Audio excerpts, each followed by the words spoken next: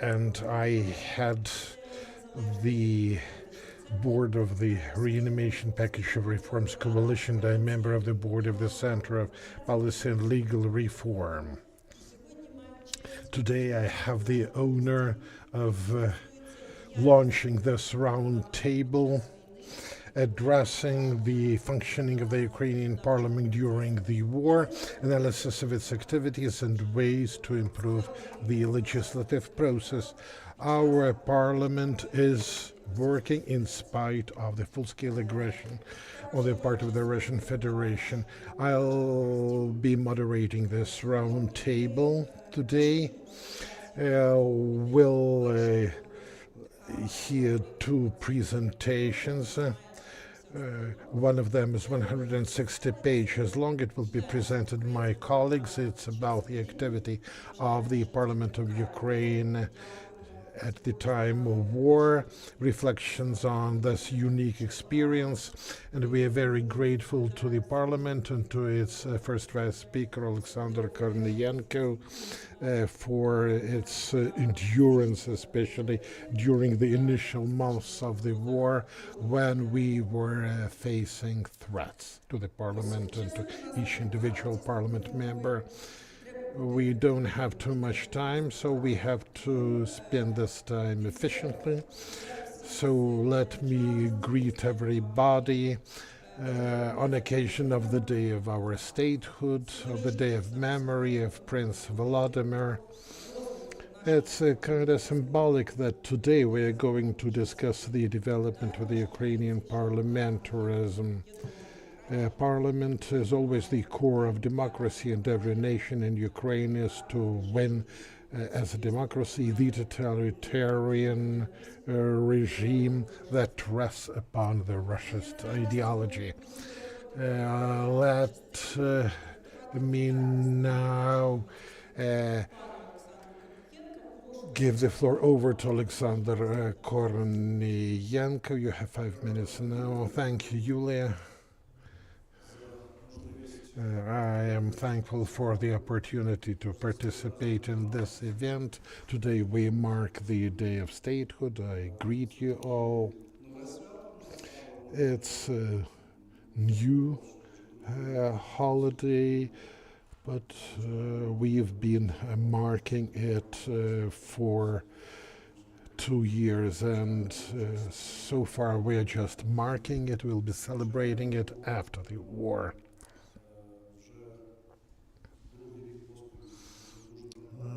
But anyhow, the way we mark this occasion is very eloquent. We recall what was happening during the initial days of the aggression. Some people and even some nations were alleging that our country would soon cease to exist, but we endured. And the Ukrainian authorities also endured, and specifically Ukrainian democracy and the Ukrainian parliament also endured. Then it turned out that to endure was just the security task number one. After that, we understood that we had to continue working in spite of the martial law, because the nation faced challenges it's never seen before, and many of them were related to our European integration. So the parliament continued its deliberations and its proceedings, and I'm very glad that today I'm present at this event.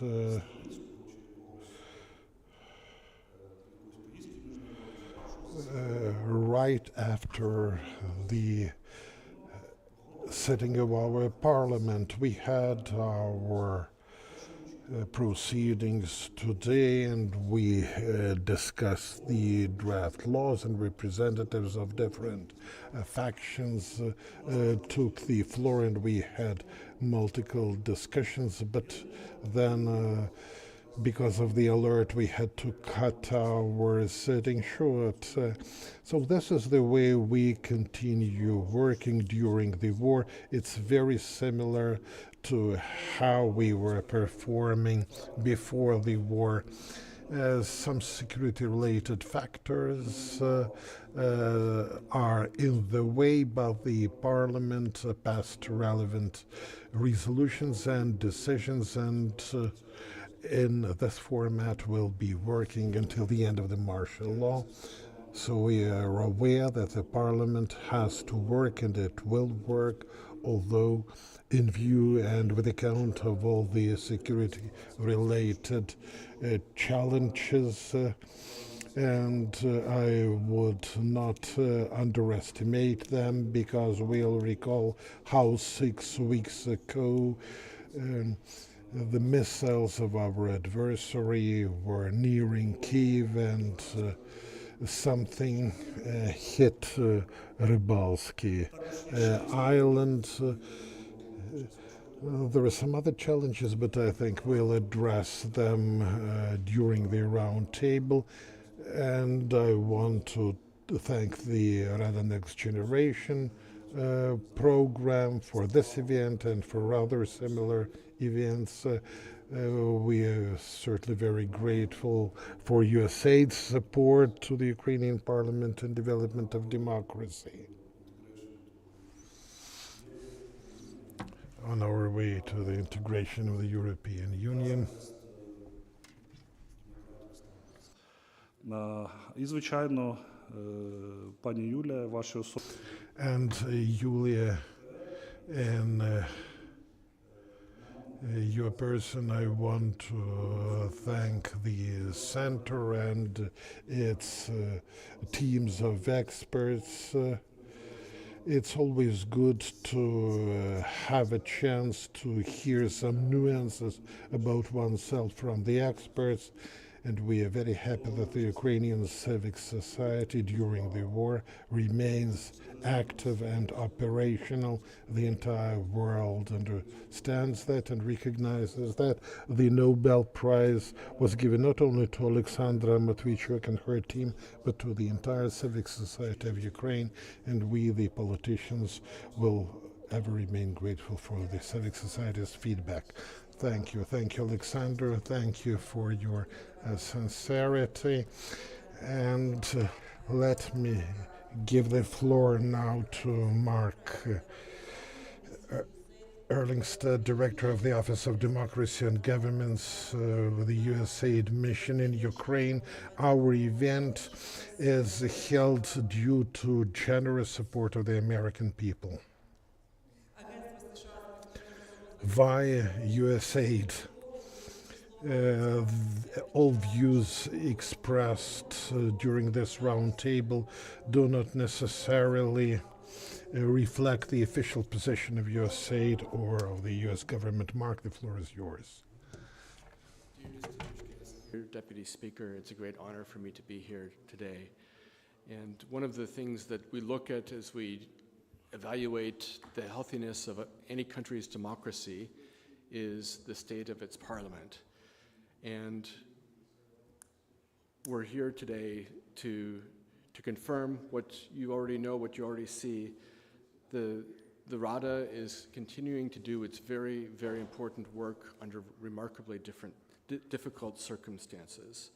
The work of the parliament has showcased the stability of the political and legal system and of the Ukrainian people in general. Every month, the Rada considers a host of important legislative initiatives. Even during the full-scale war, parliamentary committees continued their work.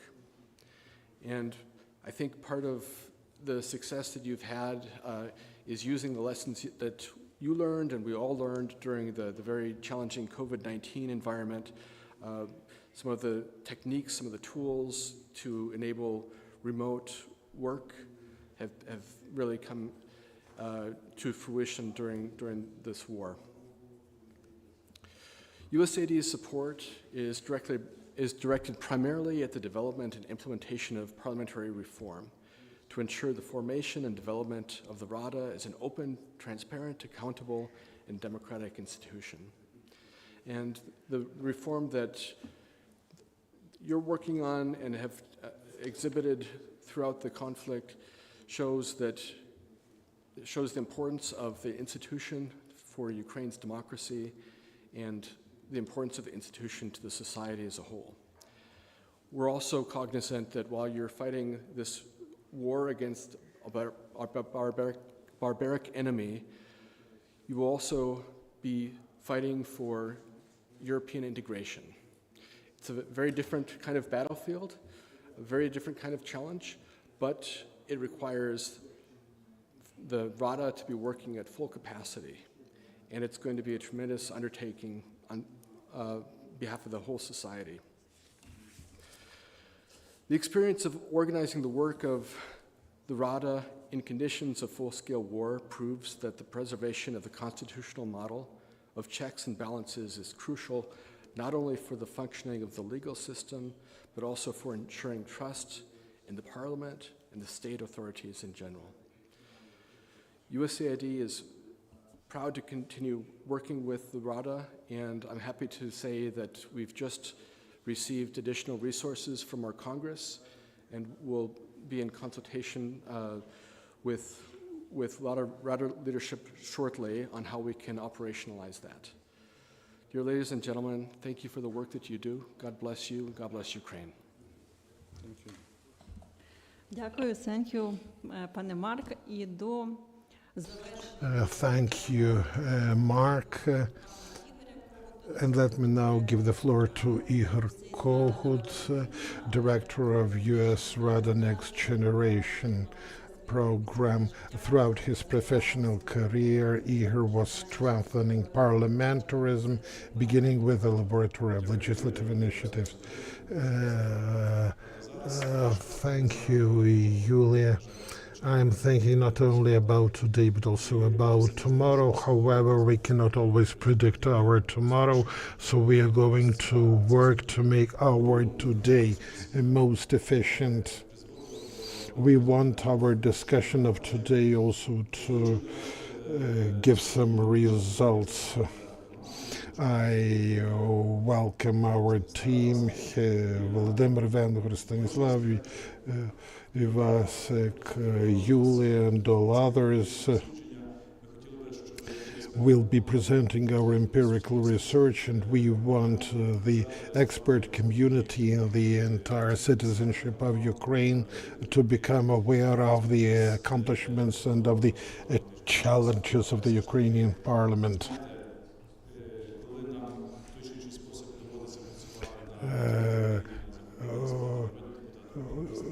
The parliament members of Ukraine and the leadership of the parliament keep on working not only in Ukraine but also abroad. They participate in very many very serious events, and they are making their points, and sometimes our peers are surprised that in spite of the war, the parliament is functioning and making its decision.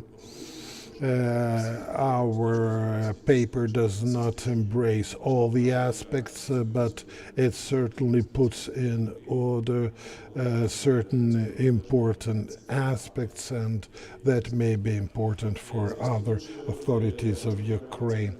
I want to thank the Center of Policy and Political Reforms. And now the presentation of today will be the white paper. The emergence of these documents was accompanied by multiple discussions, but it proved a very important instrument when the working party on the changes in the rules got together. It started the discussions of multiple matters, and the perceptions of the Rules Committee were most positive. I don't want to take more of your time. Let me again thank the Center of Policy and Political Reforms. Let me thank all those who organized this event. I'm very grateful to all those who care about improvements in the parliamentary procedures. I thank all the experts who are going to speak today.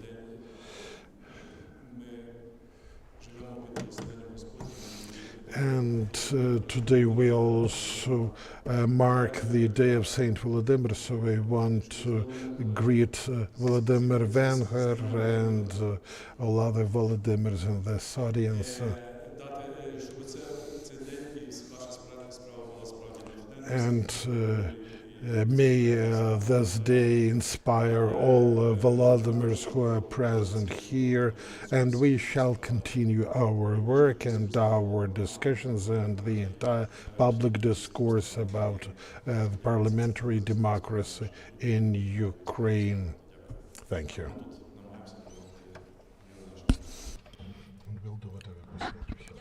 Thank you. Thank you, dear Igor.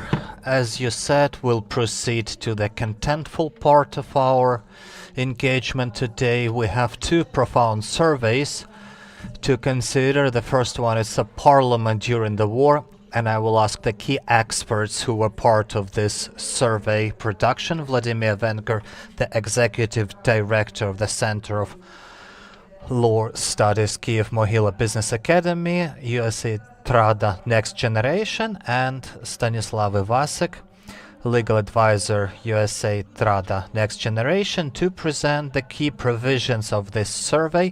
We do understand that 160 pages hardly can be presented in half an hour. I will kindly ask you to stick to 30 minutes.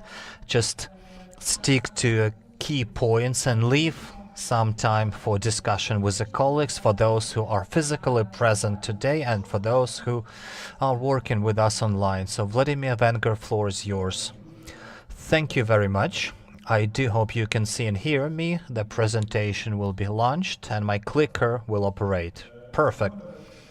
First of all, I would like to explain the methodology, what we were looking for and what we studied, and then Stanislav will highlight some elements, and I will then continue in terms of the contentful part of this survey, and then we'll conclude. Firstly, the survey and its methodology. It has been prepared as an external review of the civil society, so we try to have an external look at the parliament operations, but I deliberately filled that cup. We were looking as I'm looking at this glass, and we saw everything. The information we used that was taken from open source official webpage of Parliament. No insights, no other things engaged. On one hand, that's a good illustration that Parliament stays transparent, and a significant amount of information is publicized for public access, is shared. On the other hand, we can't state that this information is exhaustive and meets the realities to a full extent, because things like the records of the meeting of the committee sessions, we reviewed in a different times and periods, and information varied. End of January, end of May, end of June, it was different. Different in comparison to previous months. As we're not speaking about the reasons, the fact is that information has been changed, and maybe for good reasons, but even what we have taken from the web page, it brightly demonstrates the main trends. What we focused our attention at, and here we were operating not as a civil society only, we conducted a number of interviews.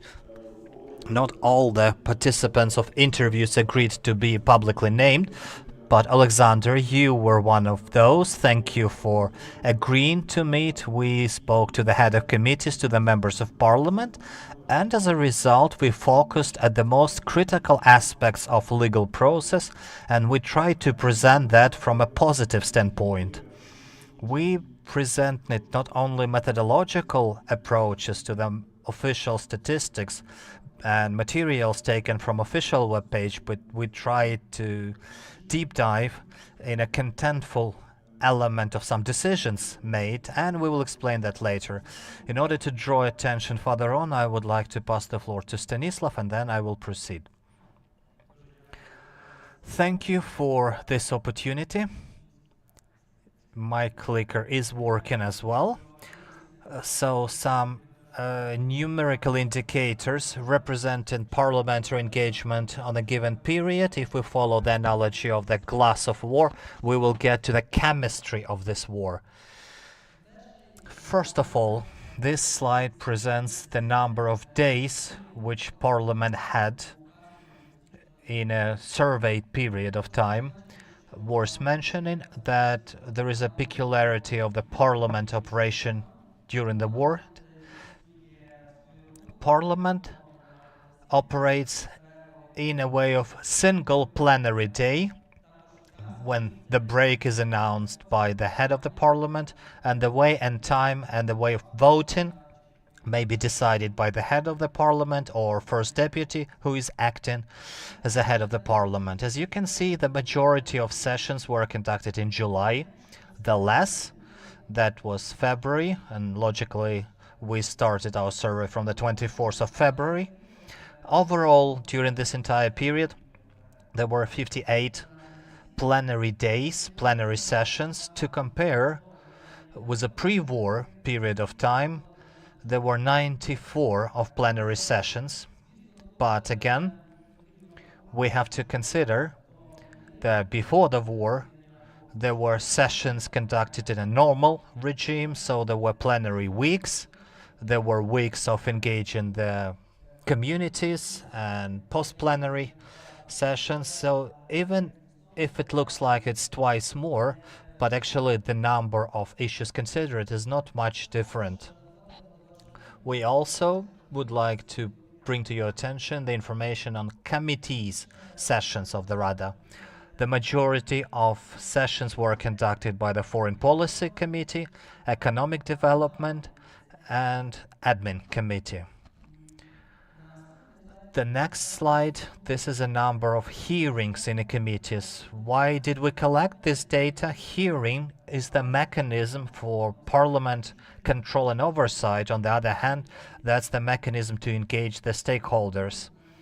So, for our opinion, it's critical to highlight that even in such difficult period of time, committees try to engage all the interested stakeholders and continue this practice of committee hearings. Of course, different committees had different level of success, but the trend has been maintained in a comparison with the pre-war time. The leading committees here, also the Economic Development Committee, 4 sessions, Foreign Policy, 3, and Agricultural Policy, and another 3 sessions, another 3 hearings. This slide then presents the average duration of a session of Rada in a designated month. The shortest, that was February, 9 minutes only, and that was to announce the state of war and overall mobilization. The longest was in December, 4 hours, but it is not radically different from the previous sessions, which started in May, June by its duration. Most of those were more or less 3-4 hours. To compare the average duration of Rada in a pre-war time, and that is more or less similar to an average duration of a sessions which we currently can see in the Rada operation. It also lasts 4 hours, sometimes 6, sometimes even 5-6 hours, but not a significant difference that we have now during the wartime. Next slide reflects the number of issues considered during the Rada. What do we mean by this terminology, the number of issues? We reflected not the procedural or admin decisions of Rada, but some contentful decisions, inaction of laws, decrees whatsoever. So as you can see, the February, the shortest session. One decision made, the majority of decisions made were in July, and then the stage where the number of issues considered by Rada with the certain fluctuations were more or less similar. The number of contentful issues which were positively enacted and voted, that overall reflects the support and trend to support by Rada to certain decisions, and July again is remarkably different here. The critical is this slide in particular that presents the certain unity of Parliament. Issues which were not voted and enacted by the majority, so we can see in February, March and June, even April, May, just 2 issues were supported. Still, Parliament operated as a single mechanism, and all the decisions which were suggested for consideration mostly were supported. The other one, we would like to reflect the tendency on what are the peculiarities of procedures adhered while considering the draft laws, whether the full procedure, complete procedure is applied, or whether the decision is made in general as basic. So by July, the majority of issues were enacted not as a foundation, but as a foundation in general, when the trend shifted that initial issues were made as a basic, and then this tendency continues until now. Again in February, enacted as a foundation in general, and later on most of decisions were made as basic in general, as a foundation in general. And then we can see the tendency that although Parliament from July shifts to a procedural approach and conducts first and second hearing, but sometimes in certain cases it still tends to reduce the period of preparation of draft laws for the second hearing, although the number of those cases is not that significant. Accordingly, you can trace here the number of legislative drafts enacted as a second hearing in general. Overall, to conclude these several slides, we may say that Rada, when the warfighting took place near Kiev and intensity of the warfighting was quite high all over Ukraine, Parliament tried to operate as efficiently as possible, was coherent in decision-making by the majority of votes. When successes on the front line took place and the majority of Russian troops were repulsed, that allowed Rada to transit to more planned way of operation, discuss draft of laws, and obvious conclusion here that frontline support directly impacts the democracy and democratic institutions operation in Ukraine. Next slide, that's sort of novelty of Ukrainian legislation. May 20, 2022, the law on a legal state of a wartime amendments were enacted, and they allowed to put responsibilities of respective chair people of towns and cities as leading agencies and its head office. So it was enacted in May, they were not applied in June. The peak of its application happened in November. And again, if we correlate with the developments on the front line, that had happened after the liberation of the most of cities and towns in the south and southeast of Ukraine. Considering the type of decisions made by the Rada, and before the survey, we have such an assumption that Parliament was enacted more of amendments and adjustments because that's quicker, that's probably more efficient, but it was not the case, and even the pre-war time is very similar to the one that we can see. Parliament had time and possibility to consider initial draft legal acts and consider and vote them in details. If we consider the subjects of legal initiative, the majority of initial drafts were submitted by the President, 54, then Cabmin, 44, and members of Parliament, 28 initial legal drafts. The subject of legal initiative, the number of laws enacted, most were initiated by the members of Parliament. That's about 60%. That's a rather typical trend for Ukraine, but worth mentioning that still the role of Cabinet of Ministers in this issue has grown significantly because in comparison to a pre-war periods, by members of Parliament initiative there were about 80% of enacted legal acts. But if we consider the number of initiated acts, it is not on the slide. Still more, the members of Parliament are the ones who initiates the draft laws, but still the percentage of initiative then goes to the government in terms of enacted draft laws. The next slide, perhaps someone may think it's relatively discussional and questionable, but under the wartime it's absolutely clear. It presents the number of votings and the number of members of Parliament participating in voting. More than 300 of laws were enacted without a discussion, or maybe there was just one or two speakers. 35 legal acts were discussed by 2 members of Parliament. Normally there's a presenter and someone else. The most discussions, that was the draft law on the national budget for 2023.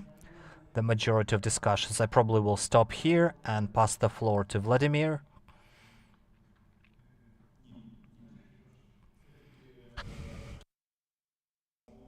This is just the first reading, or to enact as the foundation in general. So we followed the record, and the situation with the second hearing is slightly different.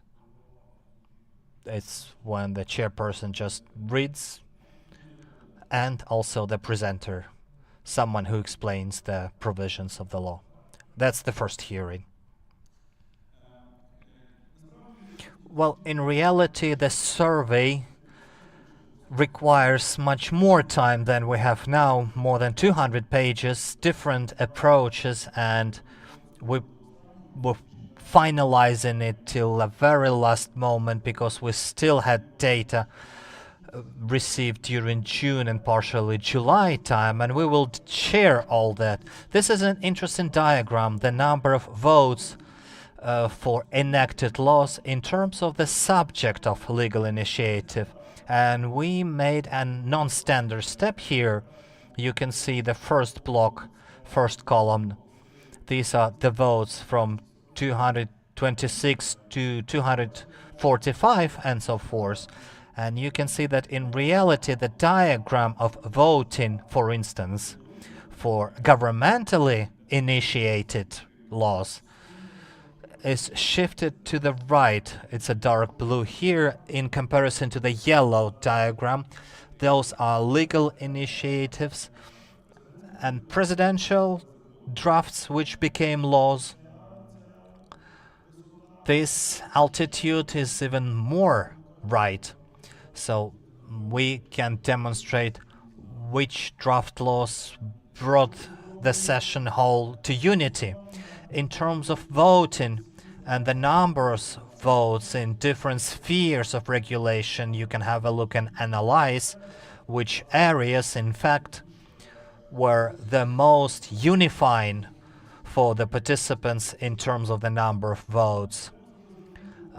We have to draw attention to communicational aspect, and this issue is not present it in significant details, but we just highlight here some critical points and some statistics on that. In many aspects, some channels of communication whether not engaged or were very weakly engaged by Parliament. And this table presents the shift in comparison to 2021. We just reviewed 2022, the one complete year that we had. And the end of year presents very interesting figures. In fact, Parliament succeeded not only to maintain communication, but also to increase the muscles in that. The other critical block is the parliamentary control. Parliament had founded a specific investigative committees and commissions, just a few of them mentioned, the most remarkable for the world and for our international partners and for experts and analysts who joined us and maybe who are with us. It's a temporary special commission on monitoring of utilization of international aid. That's the most interesting case and example. It's not just a parliamentary oversight and tool, it has been established during the active phase of invasion.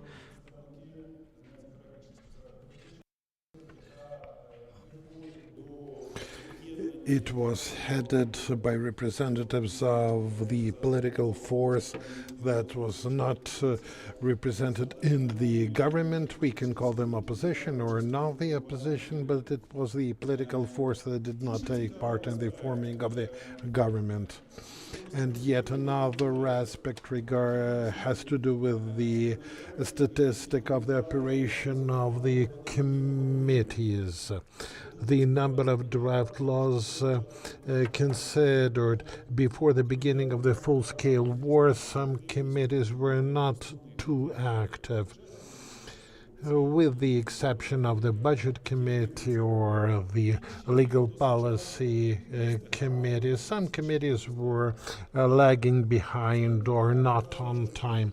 This indicator shows that during the war, the process improved and the committees continue their operation. And here you see the number of established working groups. The leader is the Committee for Social Policies, facing so many challenges. By the way, we reflected in our paper only the data that we found in the decisions that were made public. Maybe some other non-official working groups were established, but we were not aware of them. We also did not take into account the working groups that were created on the basis of the ordinances of the Speaker of the Parliament. All this shows that during the war, the Parliament engages other stakeholders, other interested parties, from the executive authorities, from the judicial authorities, and regarding the content of the parliamentary decisions during the war. I participated in a number of international events, and many participants asked me questions about that. By the way, in some European countries, in the event of war, some of the authorities of the parliament are handed over to the executive authorities. The Constitution of Ukraine does not make it possible for the parliament not to work, and the parliament was considering issues of employment, administrative services, protection of personal data. Did the parliament resolve all these issues? Certainly it did not, and there is room for improvement. But when we speak about the progress of the parliament, we identified instances when the parliament decided to regulate not by laws but by subordinate legislation. One of the examples is the law on defense procurements. the Parliament delegated such powers, and that justified Victor, Viti, and myself identified all these examples. Although the Constitution of Ukraine is not detailed about delegating, and by the way, that's the reason why we use the term delegating conditionally, we have to be very cautious, especially when the war ends. The Parliament also addressed several judgments of the Constitutional Court of Ukraine regarding constitutional petitions and constitutional complaints. The Parliament did its due. Whether it did it properly is yet to be discussed. Not all judgments were executed, and we remarked in our paper on the pluses and minuses of this procedure. Regarding other interesting legal aspects, very often the Parliament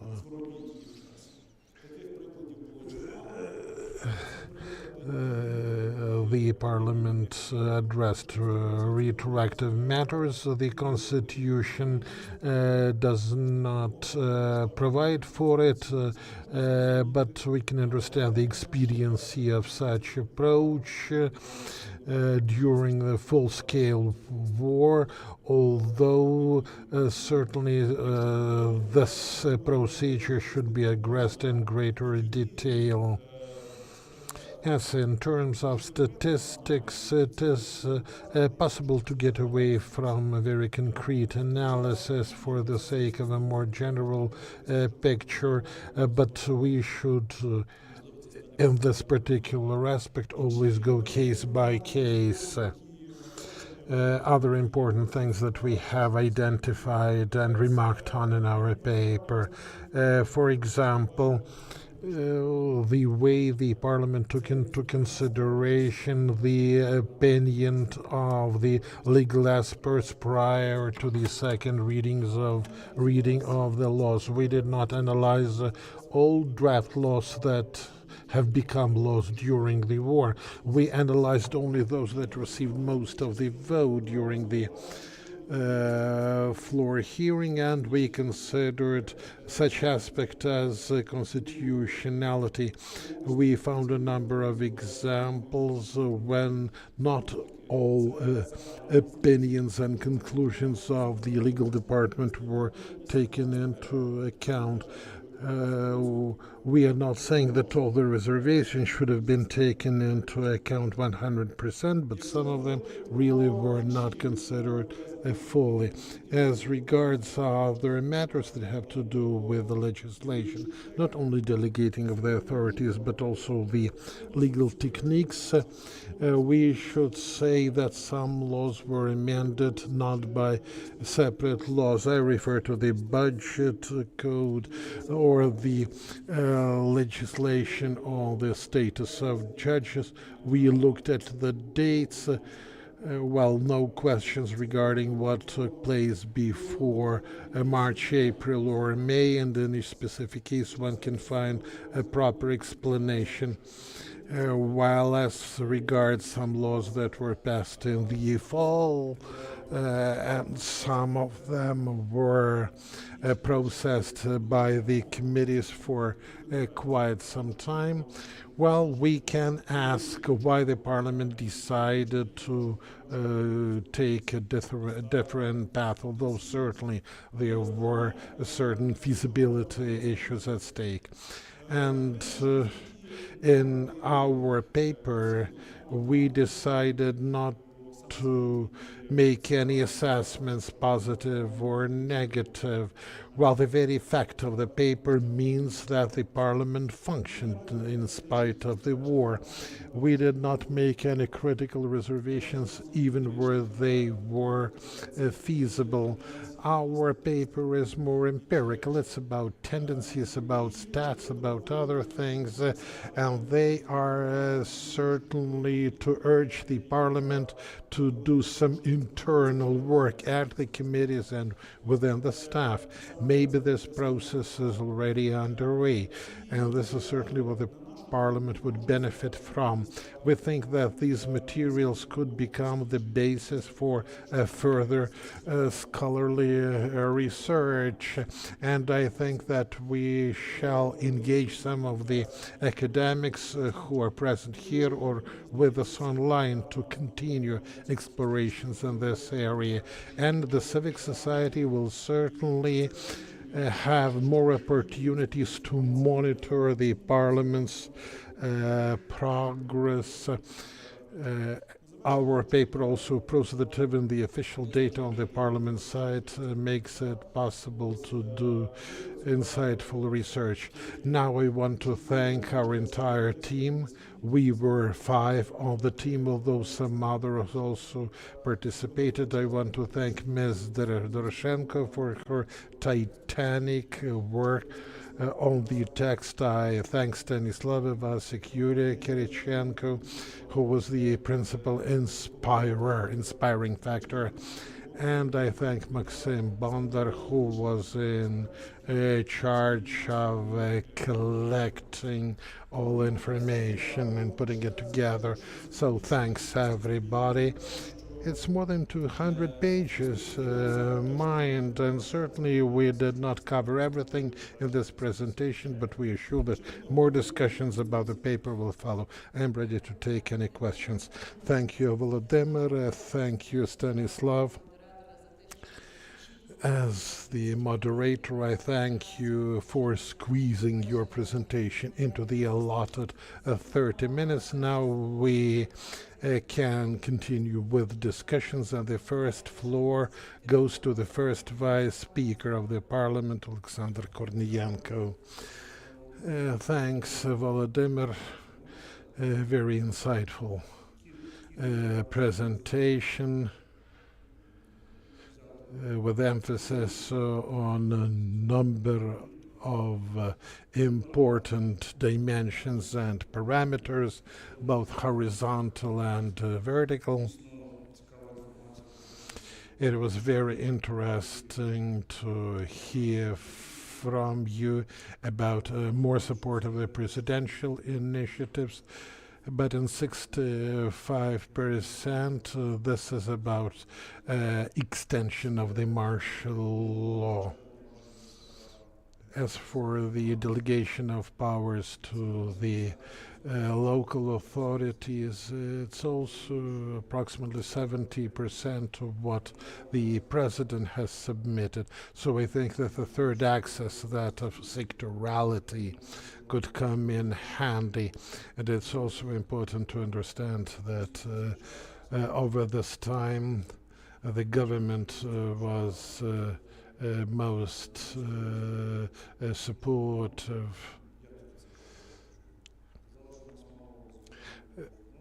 In the past, we heard many times that it's the government that has to develop policies and draft laws.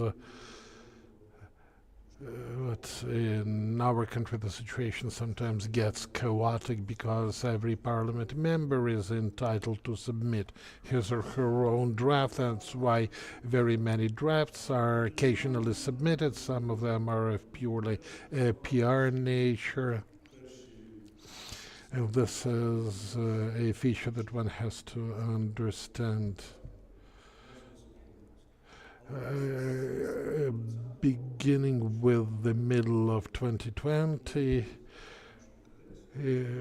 when the government headed by Shmyhal started working in the middle of the pandemic, the situation somewhat changed, but before that, very many alternative drafts were submitted to accompany every draft from the government. This practice still exists. For instance, yesterday we adopted the Law 9346, which was the parliamentary alternative to the government draft, although we enact more government drafted laws. They are not about politics, but rather more technical and specifically address European integration. We don't know how long our convocation will exist, but we really want to lay the foundations of this integrational effort because it's the principal task of this parliament and maybe the principal task of the next government. So we want really to lay the foundations and we want 60 or 70% of the key to be developed and submitted by the government and initiated by the government. By the way, this was advice given to us by Poland, Lithuania, Croatia, and it stands to reason that if the government is conducting the negotiations, and it's the government that is conducting the negotiations, then the government is to shape such policies. And I know that there was a discussion even about the possible amendments to the Constitution and the Cox Mission of 2016, as well as other discussions on the constitutional amendments, considered a structuring of the legislative initiatives by parliament members, and I think we'll arrive at this at some moment in time. And maybe there'll be a requirement about a certain number of parliament members or a requirement regarding their political partisan affiliation. And thus the role of the political parties and factions will increase, and I am sure that the discussion on the political activism of parliament members will expand regarding sectorality. I made my point, and as for the committees and where they are not the principal players in the process, I think that this tendency will further deepen. Once again, because of the integration of EU's directives, where several mindsets and opinions are often required, and for instance, protection of the environment is going to be one of the key committees in the process, in the context of the key. And this committee will be involved in the development of many laws, although certainly it will partly depend on the political will or the political position of the committee.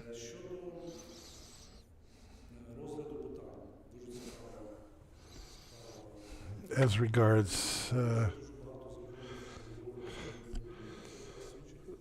discussions, some of the laws were adopted without much discussion. We have a practice that was initiated and launched during the first days of war.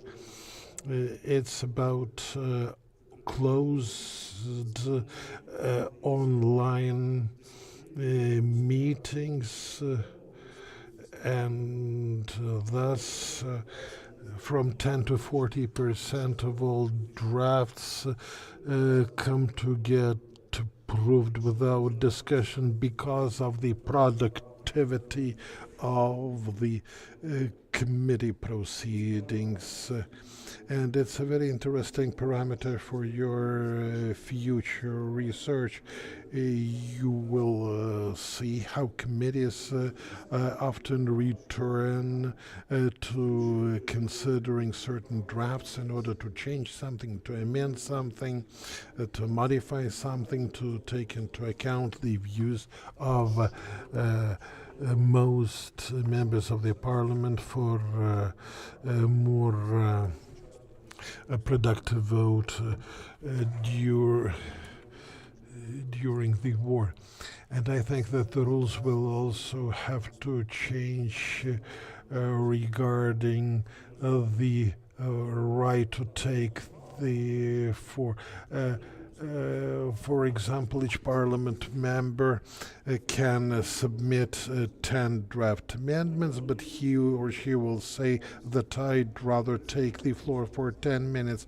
It is going to be an ad hoc arrangement, and we should really very seriously reconsider what is happening during the floor hearings prior to the second hearing regarding the right to speak, or regarding the procedure that was tested in the previous parliaments, when certain days are allocated for the discussions and other days of the week for voting. But even the presently formatted rules should provide this chance to take the floor during the second reading, because this is what accompanies voting of the most vital draft laws. For instance, today that happened in respect of anti-monopoly. That was a request on delegalization. Yesterday the same happened on Constitutional Court, and that's a constant practice. On one hand, parties can present their position, and due to the broadcast then it goes to marathon and it can be shared further on. It's openly filmed. On the other hand, it still provides opportunity to parliament and opposition not to engage to filibuster. It is there, we understand it is there, and it exists, and it's normal. But if there is a possibility not to filibuster, then let's not to do so. And I would suggest these changes and promote those. And last thing I would like to comment in respect of amending the laws and changing the laws in that aspect. For the second hearing, we have a draft law 9153, the prohibition of considering and suggestion more strict provisions for Article 116 when you submit amendments for the second hearing which are not related to the text or content of the first reading. It should be rejected, but there were no real mechanisms, and by abusing this right, reflecting to the decision of the ruling of the Constitutional Court, too many members of parliament had possibility to manipulate that president, and the Rada has to review all the amendments, whether they deal with the draft law, whether these are amendments by a separate code, and those amendments donors always was the budget, a draft budget, because it follows a separate procedures, and it could be manipulated, and there are too many donors of that sort. Now the discussion is going on, which form to be applied, more strict or more soft, but whatever type of the form will be applied, we still could be more strict in filtering the amendments which are not related to the draft law. Of course, there is a possibility to question this draft law in a constitutional court, but we'll see how that will work. I think it will sort out some activities of parliament. One of the requirements, one of the requests, and one of the advice of our partners in terms of 7 promises of de-oligarchization. That's the law on lobbyism.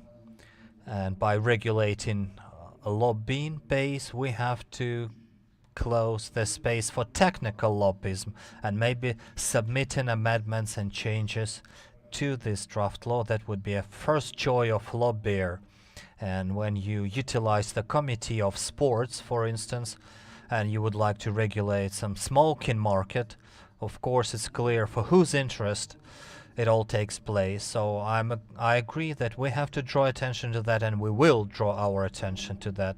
Overall, I probably later on can comment back to some other moments. It's very critical to us to assess by numbers that Parliament operates to an extent as before the large-scale war, but we have to recognize, and we do recognize, that this delta 58 sessions versus 96 took place due to 2 critical tools which were lost during the martial law. That's the 100 questions to government. It's not taken place in the meeting room. It took place by July as a green board. Now it's a sporadical meetings with the ministers or representatives of fractions and groups if there is some important issue to consider or we have to discuss something. For instance, we had this case on declarations because we were looking for some compromises. That's also relates to European integration session last week and IMF. We had Stefanishina and Marchenko and Malusko visiting us, 3 ministers and all fraction heads. So the tool is operating, but not in a dimension of the Rada whole. We have a statistics, and there was an appeal to Prime Minister Shmyhal requesting the presence of not less than a deputy minister while the respective draft laws are considered. We have statistics every Friday submitted. It works. And the committee sessions, at least deputy ministers or even ministers attending the committee sessions, and during the committee reviews they can ask their respective questions and exercise their oversight powers. So it's good that this tool has not been lost. Second, while we lost the hours of sessions, that's obviously the requests. We are not announcing those requests now that actively. They are not written that actively, and requests to the president, 90% relates to a nomination to a hero title, and probably 90% posthumously. But members of parliament terminated this practice. It's a limited number of members of parliament is utilizing that tool. That's again an evidence, because this is a constitutional tool. It probably should be more efficient, but so far the members of parliament do not observe a desired effect. And also the old tool of MPs' comments on different issues that been, not saying abandoned, 14 minutes per week. It still took some time. On the other hand, the sessions now, when we meet every time, that's 2-3 days. This practice started the fall last year. Before we had 1 session of meetings. In summer we started 2-3 days. In one of these days there always would be the fraction discussion. That's agreed practice, and this provision of agenda is adhered. That's the Tuesday provision, which we called. And on Wednesday we had a provision for members of parliament, 30 minutes, and Friday any other business, 30 minutes. These norms again were omitted now by MPs. There are pros and cons in that. In respect of security challenges, I have mentioned that during the raid alerts we terminate our operation, and I think there were about 5 times when raid alerts coincided with the sessions, and 3 out of 5 tentatively that was during the important draft laws consideration. That is something to be reflected as well. That is something that we should respond and react.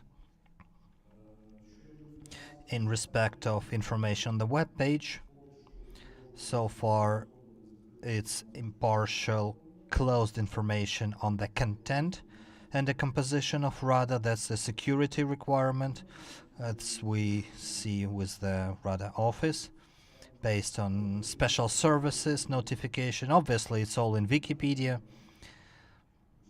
and if enemy will grab that, probably will not grab that at Rada webpage, because the outflow of MPs is quite high, and there is an accurate reflection in media on the numbers of MPs.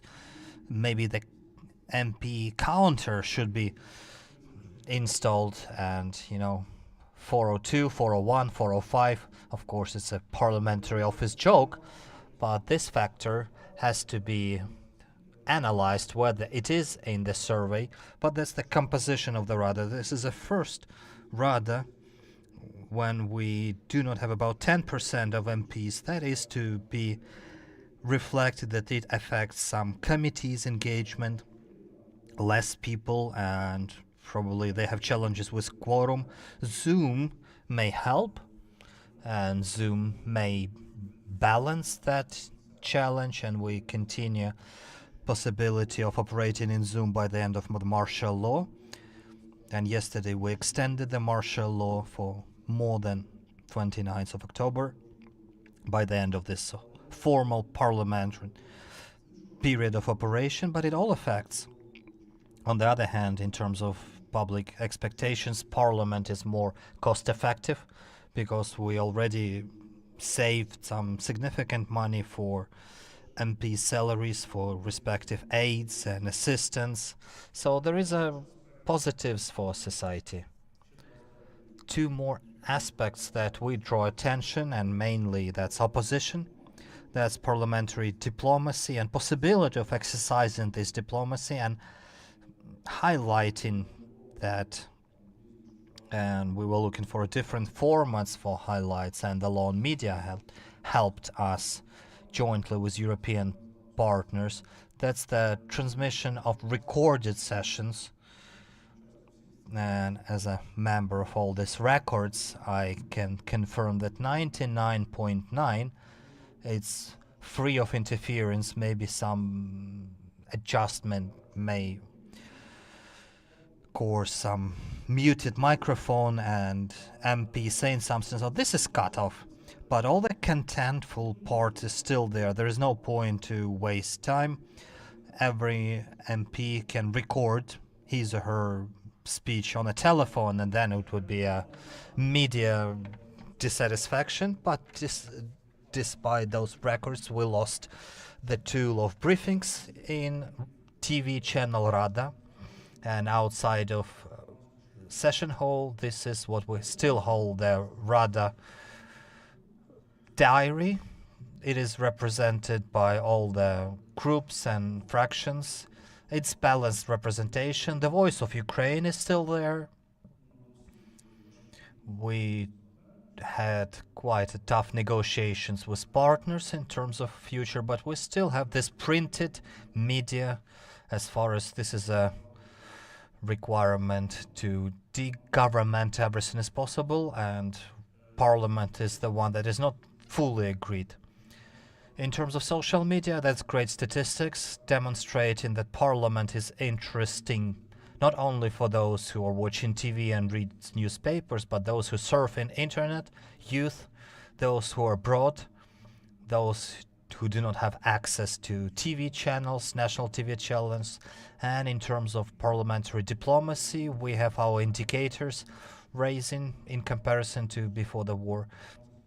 There were respective parliamentary delegations in PARE, in PASE, in NATO, in European Court. These numbers increased probably in twice. About 100 MPs in average were engaged to an extent in some efforts of parliamentary diplomacy. There were some friendship groups founded which were not there before. But again, we have to understand that logistic during the war is much more complicated, and you need at least 2 days to get to Warsaw, to get on a plane and travel further on. So not the case that you board in the evening on a plane, work in the Strasbourg in the morning and back same day. So it puts some limitation, of course. On the other hand, Parliament became the platform and the ground for receptions of international diplomats. We had about 40 heads of states, speakers and prime ministers. I think that's the bigger number in comparison to previous periods, but again, this all is the after effect, an outcome of our engagement, of president, of society seeking support from international communities. There were numbers of parliamentary delegations, and one of the indicators that you've highlighted and presented, that's a number of foreign policy committee sessions. Never before there were so many hardly working 10 times per week. And this indicator also is correlated with another interesting figure. We supported about 450 parliamentary appeals requesting expelling Russia from UNESCO, affecting some international advices and trying to influence international agenda for the sake of Ukraine. We recognized Kurila Islands as Japanese territory for the first time in history. Ukrainian parliament did so. We enacted some decisions on recognizing some native peoples of Russian Federation. So it's not just calling and appeals help us, save us. These are some serious political steps demonstrating that our state is, to an extent, an interesting geopolitical player, and that is being done by Parliament. And of course, we'll continue that pace, that practice. These are my thoughts. Thank you. Sorry for taking too much time, but I think I've provided some context from inside. Thank you, dear Alexander. I was not interrupting you because it was very interesting to hear the way the experts see the state of affairs. Thank you for describing your future pace, where to look for additional information, and thank you for frank and sincere discussion in terms of Rada operation. Not saying great job, but all the pros and cons and the ways to improve. And we will move on to a next speeches. Dear colleagues, I would kindly ask you to take 5 minutes in the respective part of a discussion. On myself, I would like to say this Parliament, according to Constitution, Part 4, Article 83, the duration will be extended and would be completed on the first session day of the Parliament elected after the completion of the martial law. Now we can't predict when it may happen. That would depend on our military victory. And of course, according to a constitution, Parliament is fully legitimate, and duration and without interruption is expected before the post-war election. Again, still an open question when this post-war election may happen after the end of the state of war. I have to say that we have colleagues online, colleagues and parliamentary experts from different nations from different continents, even Ukrainian experts who have a very powerful legal background, but not in a capital at the moment. So we'll proceed and we'll switch to Canada, and it's my pleasure. Just to clarify, do we have Alexandra Shora, if she's there? So I would like to give a floor to Alexandra Shora, Public Advisor, House of Commons, Canada.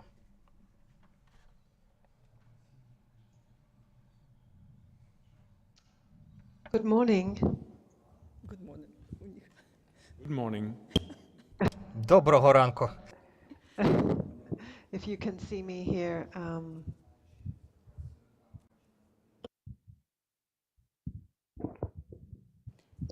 can you hear me okay? Good morning.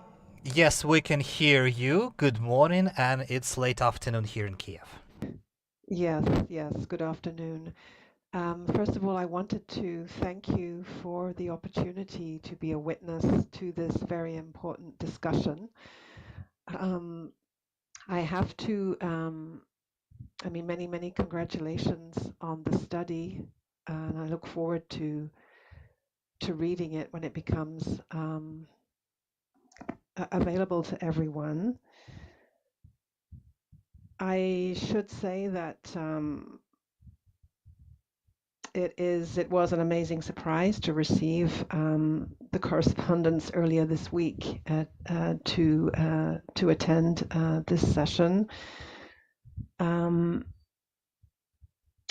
I cannot begin to compare, the situation of the pandemic that we had in Canada with the situation that you are currently facing. We had to react very quickly to the situation.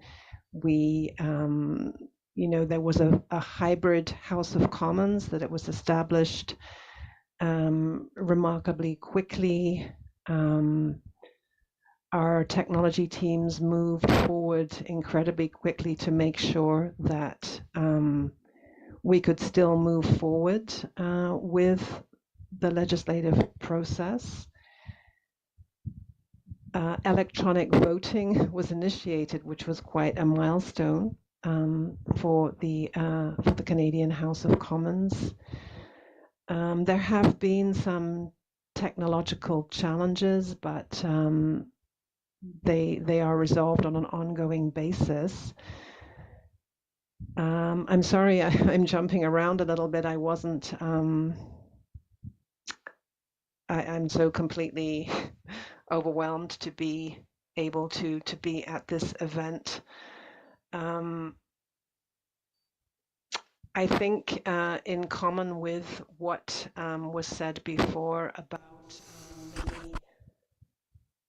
about the delegation of power to the executive to put measures in place, that was also a feature in Canada. It has been during the pandemic for emergency measures.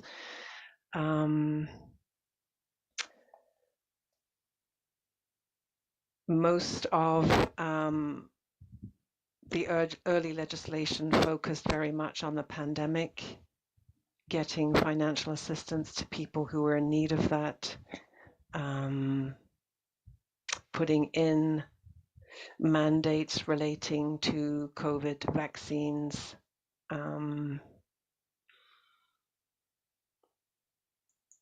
I think there was this also need for Parliament to operate as efficiently as possible. There is now, sorry, I should have prefaced my comments by saying I'm not speaking on behalf of the House of Commons or of the Canadian government. I'm just speaking in my own capacity as Legislative Counsel at the House of Commons. I work for private members, and there was a shift. As you noted, many of your initiatives were put forward by the government. There were very few initiatives introduced by private members. Legislation moved through fairly rapidly. And normally we are called upon to draft many amendments for private members, but this did not happen in the early days. We've got back to business as usual now. There has been some discussion of changing the procedural rules of the House of Commons to make a hybrid parliament permanent. I'm not quite sure of the status of that discussion. It has been, obviously there are views representing both sides of the argument. I don't know if you have any specific questions. I just wanted to sort of touch on a few things where I could see some parallels. I was most interested by the point that was made by Mr. Ivashik, sorry if I'm mispronouncing your name, when you noted that more than 300 laws were enacted with little discussion. I would just be curious to know if there was any vulnerability there in terms of the democratic process. There was a need to get laws through, so that would be my question about that portion of your presentation. That kind of, sorry, that wraps up my very brief comments so far. Thank you for listening. Thank you for your time. Дякую, thank you. Yes, thanks, Alexander. Will you answer, please? Yes, I touched on that earlier, but I will stress that we had discussions, although prior to the floor hearings, we cannot afford spending too much time in the parliament during the floor hearings because of the missiles in the air above our heads.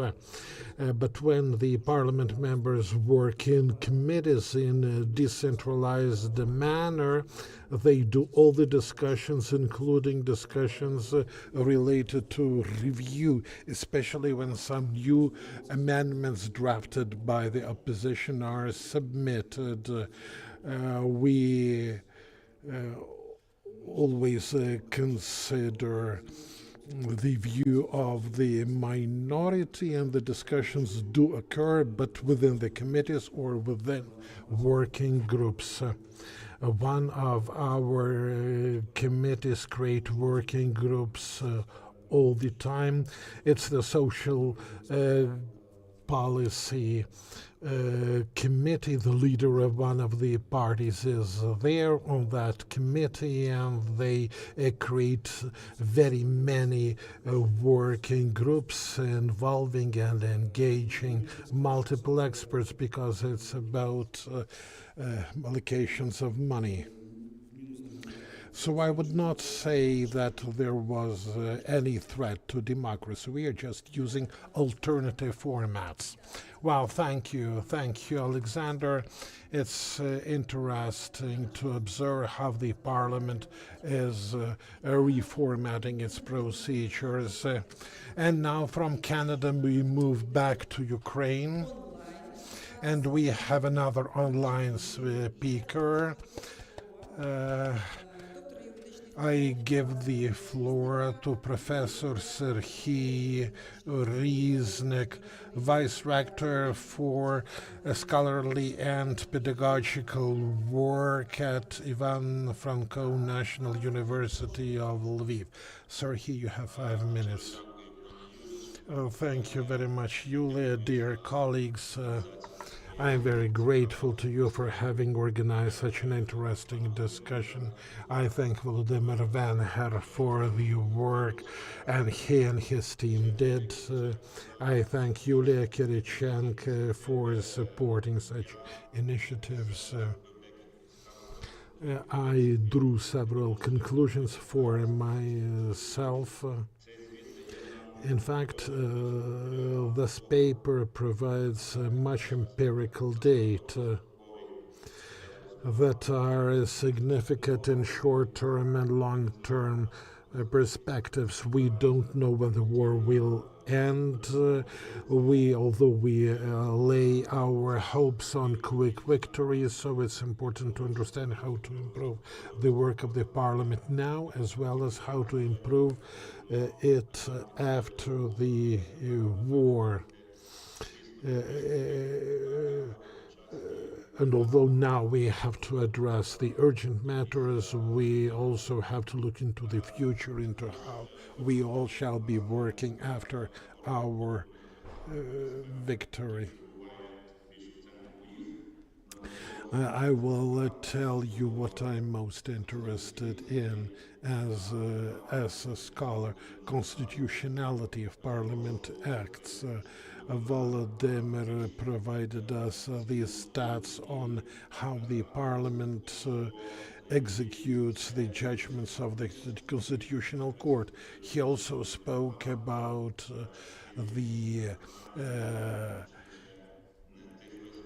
taking into account the opinions of the legal department of the parliament, especially in the context of constitutionality of specific deeds. I know for sure that the instances when the opinion of the legal department were not taken into account were not principal, they were minor, and certainly the parliament is never abusing the martial law, and the parliament has not violated our constitution, although other parliaments of the world have been doing that. The Ukrainian parliament is demonstrating full respect for the constitution and for this constitutional procedure in spite of all the challenges, and such practices should continue. Normative acts of the parliament are controlled by the constitutional court. The parliament itself does constitutional control at the primary level, at the level of adoption of the legislation, trying to prevent any breaches, and the parliament members have serious instruments regarding constitutionality.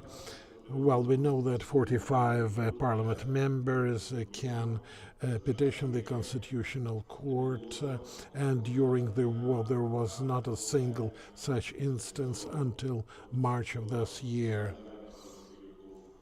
Well, in December 2020, if I'm not mistaken, the Parliament's requested official interpretation of the article of the Constitution on double citizenship, and 1 year after the beginning of the war, there came another submission regarding constitutionality of the so-called Kharkiv arrangements. It's about the past. It's a different kind of discussion, but it is important to mention what I mentioned right now, because it's quite natural that there is this gap presently, because the parliament is addressing more urgent matters, and this is quite indicative of the present time. And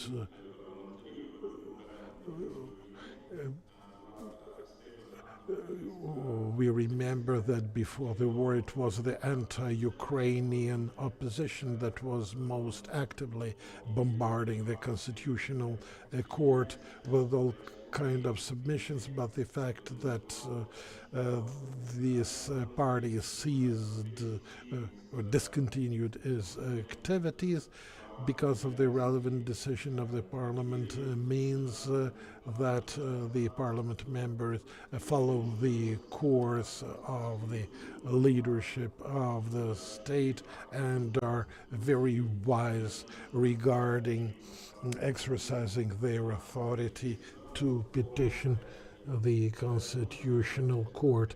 And in the long-term context, we have to think about what will happen after the end of the war, when protection of the Constitution is to remain one of the main tasks of the Verkhovna Rada for the sake of effective enforcement of the Constitution throughout the territory of Ukraine. Thank you, Sergei. Thank you for stressing the importance of this constitutionality context. And now I will give the floor to Yuri Kluchkovsky, professor of law with Kyiv-Mohyla Academy. Thanks very much. It was a very interesting presentation and very interesting contributions, and I want to thank not only the team that created the paper. They certainly provided a lot of data that will have to be considered again and again, and I also thank Mr. Kornienko for his input, because now we know what we can expect in the future. In my turn, I would like to evaluate the situation in the parliament during the war in terms of several aspects, and I'll start with some things general. It was said several times that operation of the parliament during the war ensures the democratic nature of the Ukrainian state, but it's not only the democratic nature of our state that it's ensured. Everything that has to be done is done by the law and through the legislative work of the parliament, and thus Ukraine remains a law-governed state during the war. And it would be interesting to compare relevant experience of Ukraine with such experience of other nations that lived through the war. And we can hardly find any examples to compare with. What's happening now in Ukraine can be compared only with what was happening during the Second World War.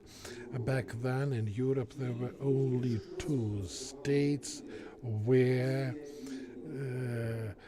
the government were operating, France and the UK. In France it was the marionette government of the Vichy regime and de Gaulle's government in exile that was covering colonies rather than the mainland.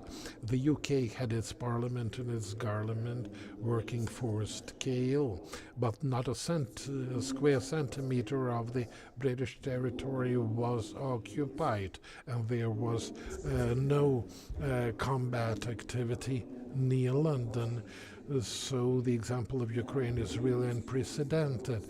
Parts of Ukraine were occupied. There was a direct threat to the capital, but Ukraine preserved parliamentary functioning and the law-governed state. And this is really unique experience that has to be studied overall in the context of its importance for the values that are now protected by Ukraine.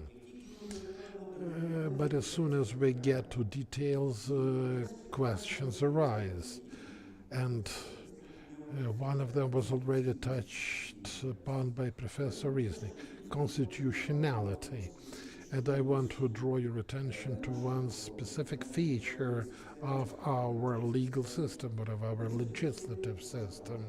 We are used to believe that the powers of the parliament and of the president of Ukraine are stipulated in the constitution only, although under martial law it's not like that. And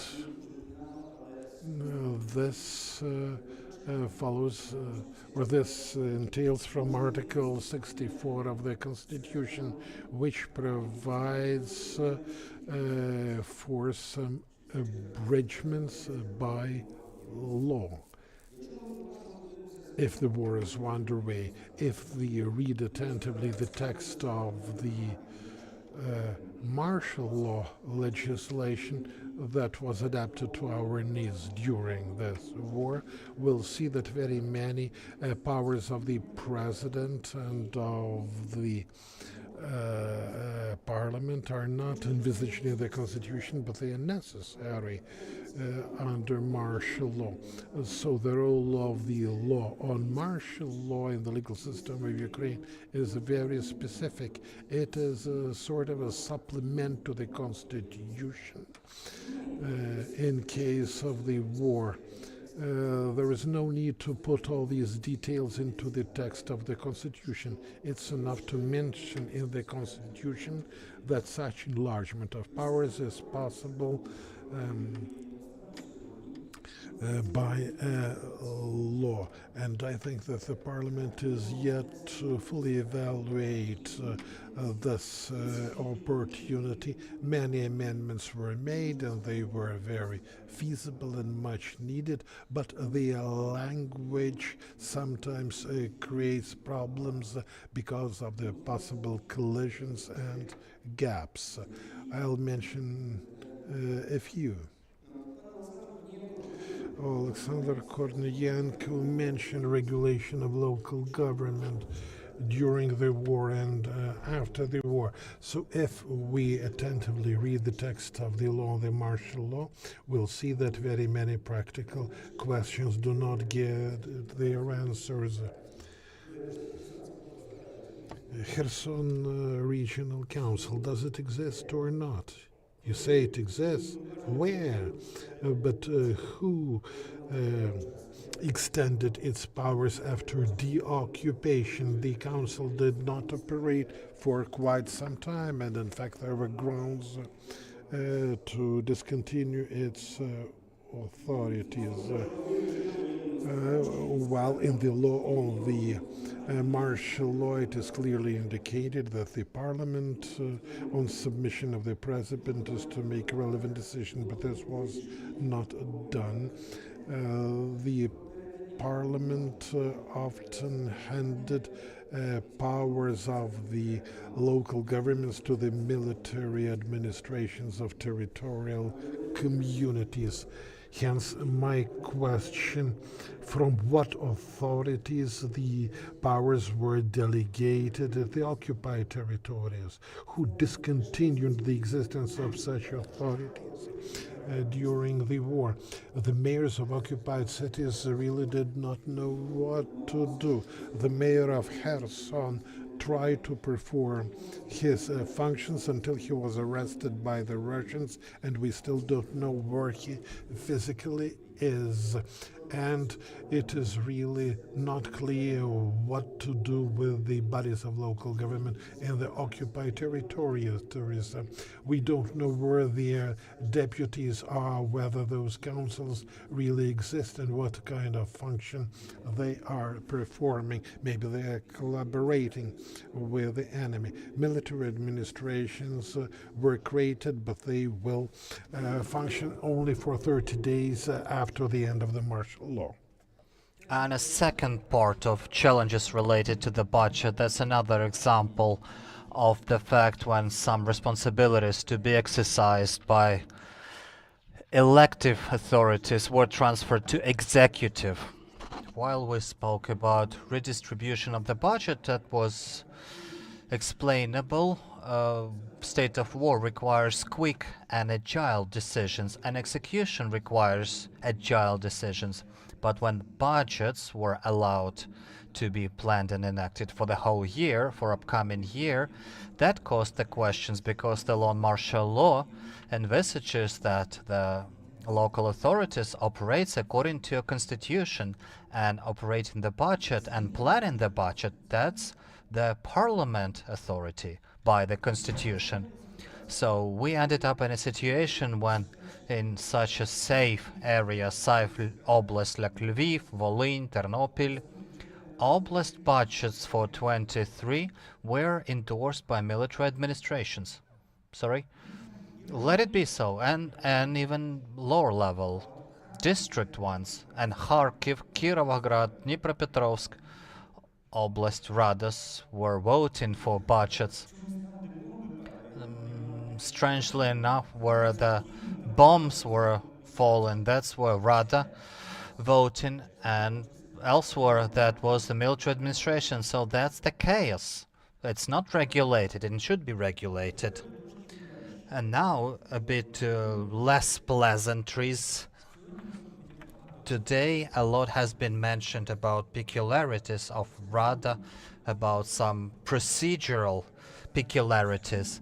An absolute majority, I'm not going to mention the numerous, is well explained and grounded and needed during the martial law, when we're speaking about the safety of legal agency and legislative agency, takes special attention to safety and security. Although some changes in procedure are doubtful, I don't see a reason to consider all the collected members of parliament as a continuation of the same session. What is the principal difference between 6 sessions per week, as we had before, and 1 session per half a year, as we have today? So what's the difference? Someone would say, who cares? But we have such an unpleasant case. With disregard the faces, there was a disciplinary action limiting the right to participate in the sessions. Even if it is one, even it was half a day, now it's half a year inability to work. So it raises the question, is it adequate change? And what was the point in doing so?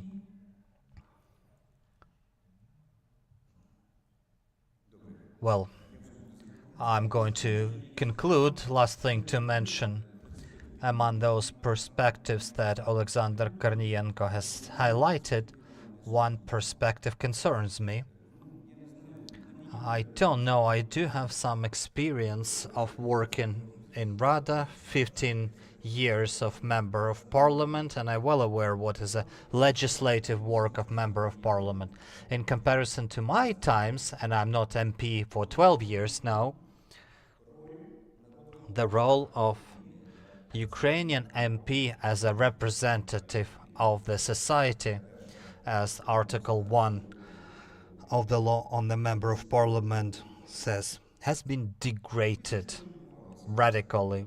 Just have a look what had happened recently. The immunity has been cancelled, enhanced the party mandate, so individual function of MP has been reduced. He is obedient. He has to follow the party leader. A limited number of speeches for MP, especially now. I may agree that talking too much is not good, but the fact of limiting the possibility of MP to speak without fraction permission, a limited number of amendments that MP may suggest, and if they exceed this number, it's not going to be even considered. If the draft law is small, you can provide a lot of amendments.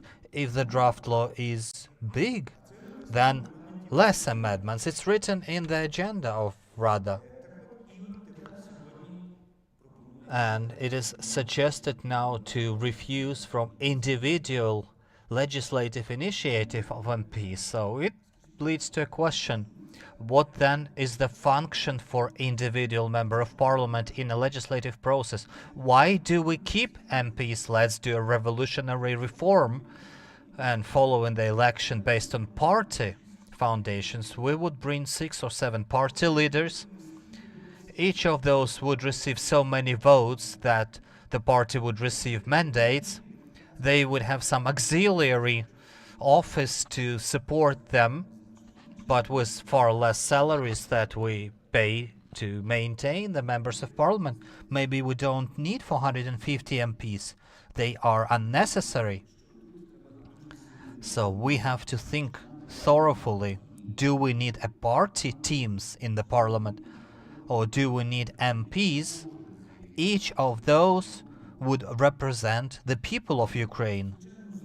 Of course, it's more comfortable when you have obedient MPs, but they are then very expensive asset. Maybe we have to make it cheaper somehow. So that's the challenge that would require some more careful review and consideration. And review of individual amendments suggested by individual MPs quite often was quite productive to improve the quality of the laws. Because in our surveys, we spoke about the subject of the law, the way of enaction, but the quality of the text never had been discussed. Thank you. Thank you, Yuri Bogdanovich. Yeah, we'll comment about 6 leaders. We see its irony.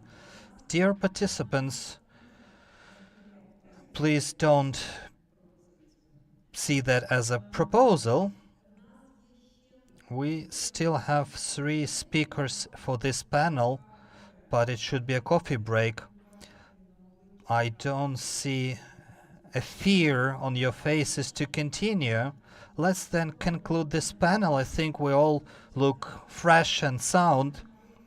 You can help yourself, grab a coffee and come back to this session.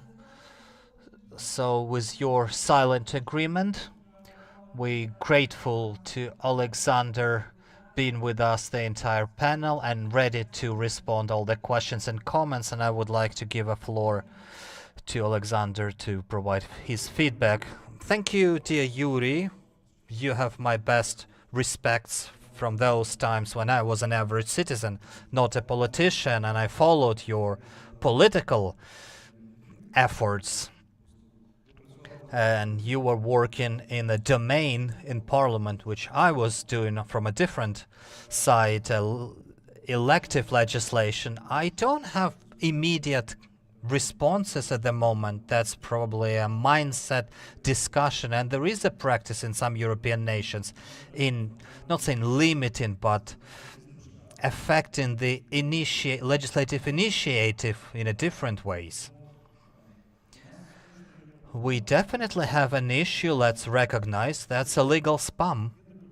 There are MPs, I'm not going to mention names, even at the beginning of our martial law, suggested to rewrite the anthem or to rotate the flag, and it went beyond the Facebook comments. That was a legislative initiative. 2 MPs suggested to rewrite an anthem. Maybe that's not too bad. It's creative element, but we have to register all the initiatives, and there was a variety of initiatives, and it's still continuing to be various initiatives, and we have a number of MPs. We are not completely clear, is it a matter of hyping, or are they serious about their efforts? It happens to every parliament and every composition of the parliament. The question is, what do we do with that? The second question is in terms of the party dimension. That had happened for, I think, within 15 years. Since 2004, the party history is growing. Yeah, but all our generations, including ours, did nothing to adjust that. So on one hand, we have a parliamentary presidential model with coalition, similar to a classical party model. On the other hand, due to Yanukovych, there were 2 majority elections of Rada, and in a Ukrainian way that was not 2-party. It stimulated a significant number of self-nominated MPs, and quite oftenly self-nominated MPs won most of elections, most of elective competitions. That's one aspect. The other aspect is not directly related to Rada, but it's more about mindset. How do we enhance the partization, which in Europe everything is politicized by parties, big parties, if we're not providing additional tools and to parties, not saying that only the party can nominate, only the party can initiate, but you're absolutely fair that admin tool right now for some individual MPs is a bit discriminative, so MP cannot expect, if he's not part of a group or fraction, he cannot expect that amount of attention as they would be part of a fraction or group. And I will tell you more, there are some even more terrible things. Individual MP has no right to initiate the decoration of a letter of recognition. That could be done by the group only, but this is the letter of recognition signed on behalf of Rada, not on behalf of individual MPs. So there are things to improve, there are things to work on, and we'll definitely find some solutions. An issue of partization. Political Europe, that's the party construction, and we already have challenges and issues, political issues, not saying about organizational issues, that were not represented in the big party families. I'm not going to dive deeply in it, but we have to consider that parties are needed, parties are to be developed, but not for the sake of peoples. And we spoke with Igor that the next Rada will be without majority, and we have to seek a solution, and helping us to find some pilot ways how MPs, through their parties, still may interact with their communities, because we do see that the future election that there would be 450 party MPs. Maybe they will leave their parties, but initially there would be 450 party MPs, and we have to do something with it. Thank you for your thoughts, very valuable. I've noticed some of them. In terms of serf government, we are aware we tried at least twice to fix it, to adjust it, but so far it's a very comprehensive and profound case, and it requires amendments to several laws which were enacted back in 2014 to legalize that ATO. And the challenge is that there is still Donetskaya Oblast Council exists, and those city and town councils are still envisaged by the law. It's challenging thing. I was part of the previous legislation initiative back in 2020, but we'll try to bring it back to law and order. Thank you, Alexander. You can count on us in your legal efforts in respect of political parties. We're all looking for a new edition of the law on political parties. Maybe that would stimulate the development of parties. And we'll proceed further on to Odessa.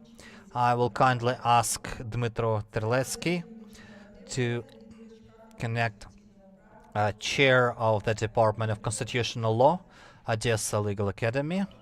Good afternoon. Can you hear me? Yes, please. We can see you and read you loud and clear. Your 3-4 minutes, if you can squeeze in, I would be most grateful.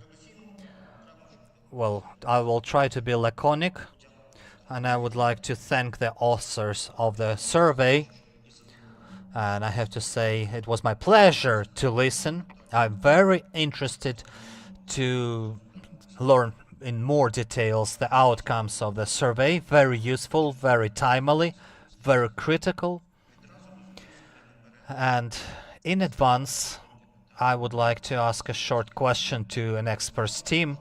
On a slide, reading carefully, I have seen a statement that normal oversight tools, they are complicated or limited. Constitutional Court and others. I would be grateful for experts team if they would find a possibility to comment your point if you accept that statement, how they see the possibilities and the ways ahead to resolve that. Also, I would like to share some reflection of mine. I think it's critical and important to stress constantly, and I'm deeply convinced in it. It's not artificial stress that this war, large-scale phase of it, it's not the war between states of former ex-Soviet republics. For my deep affirmation, that's the war of different mindsets and our right to perceive the war differently as it is happening including the legal space of Russian Federation.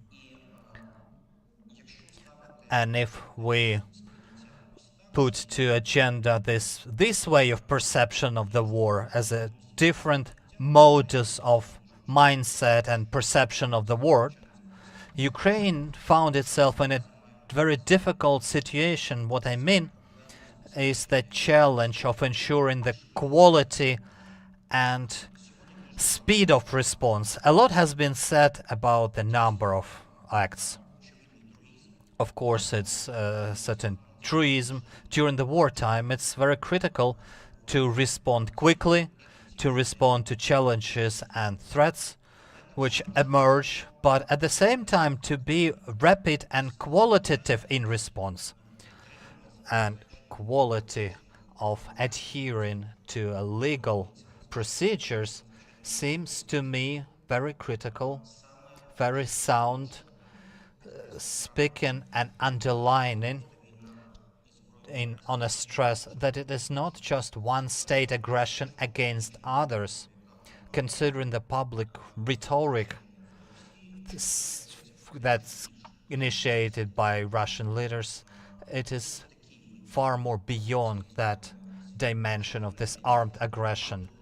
It's more about ideological war, if I may say that. From what I would like to comment, I would say that I'm supportive to the point of view that at least 3 issues in a short and long-term perspective requires rethinking and adjustment. A lot has been said today about the procedure of defining the subject of legislative initiative. Of course, that issue has to be reviewed. I'm deeply convinced it should be the case, and it requires rethinking and review based on the experience and lessons learned that we generate today. And subjectivity of the government has to be confirmed in the space of a legal initiative, in particular by nominating and submitting draft laws to Parliament. Second moment we probably will hear today, that's possibly the moment of revision or redefining the possible directions of reforming the voting procedures and enacting laws in Rada. Obviously, many years ago, initiated the system of majority from a composition complicates and slows down the legislative process, where it obviously harms the legal legislative initiative and Rada operations.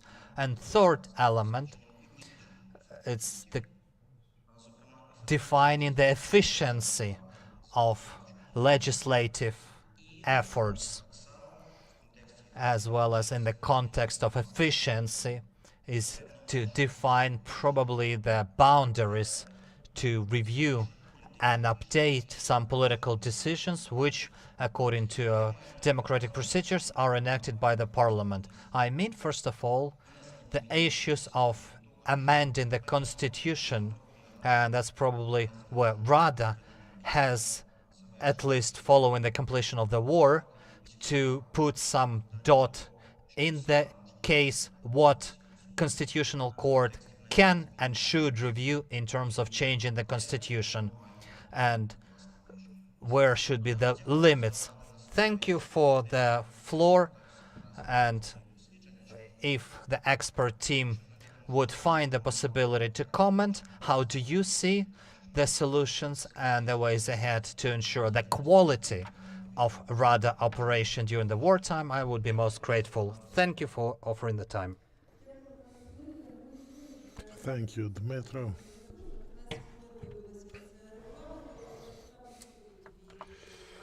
Let's give Volodymyr the chance to give an answer. Thanks for your question.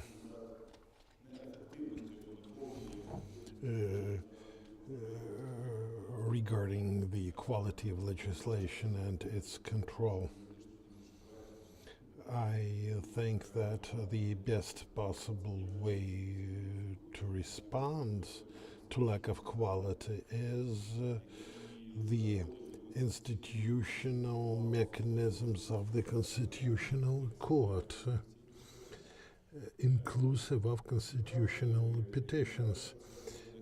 It will not be appropriate if the Constitutional Court considered such aspects very quickly.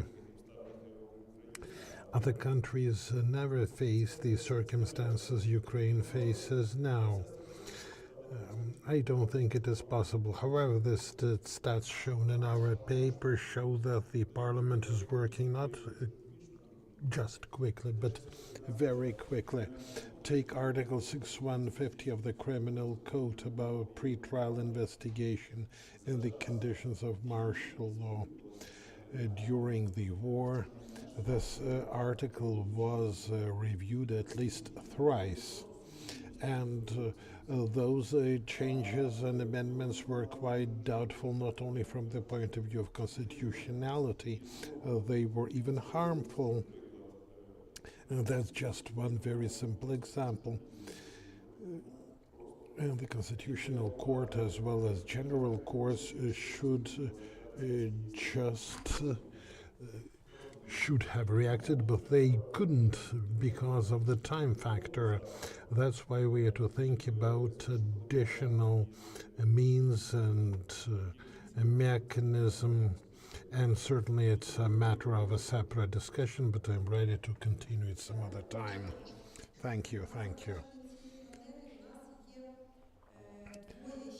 We have two authors of the paper to speak in accordance with our agenda, Bogdana Doroshenko and Maxim Bandara.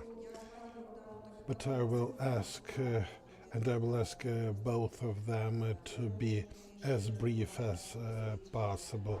Certainly we'll get back to the paper and we'll speak about it at greater length. This was just the very first presentation, and certainly the paper requires more discussion. So please just make the most important points that you think significant as the authors. Bogdan Doroshenko, expert and advisor with the Constitutional Court of Ukraine. Good afternoon. I want to thank all those who organized this research, and I'm very thankful for the chance to participate. I was involved with the content of the laws adopted over the considered time, and I won't repeat what was already said about constitutionality, but I would rather touch on some other aspects that the Parliament of Ukraine demonstrated promptness and dynamic response.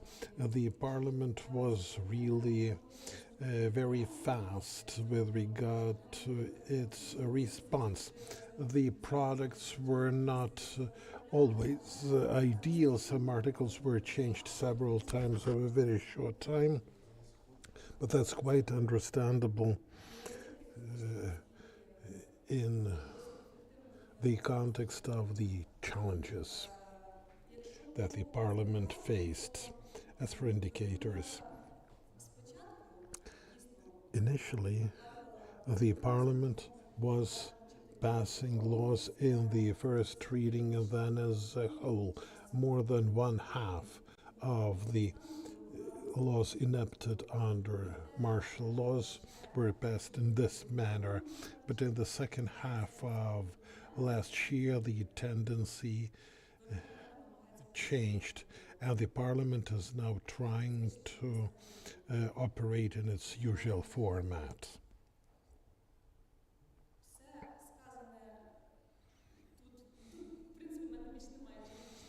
I don't have any other points to make, thank you.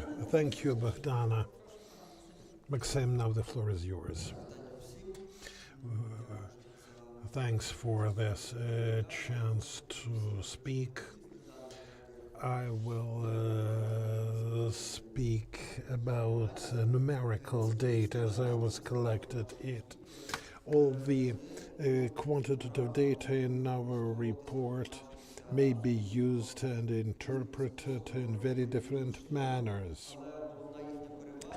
But the main advantage of this data is that we can objectively visualize all the advantages and benefits of the performance of the Parliament during the war, and we can also objectively assess what has to be further studied or further discussed or better communicated about by the Parliament.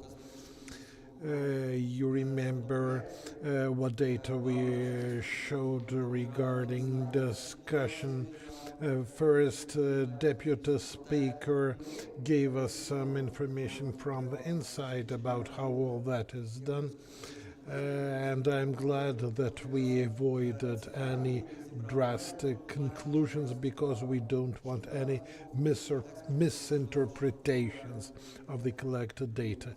Let the experts let the insiders of the parliament draw their own conclusions and better the performance of the parliament during the war and after the war. Thank you.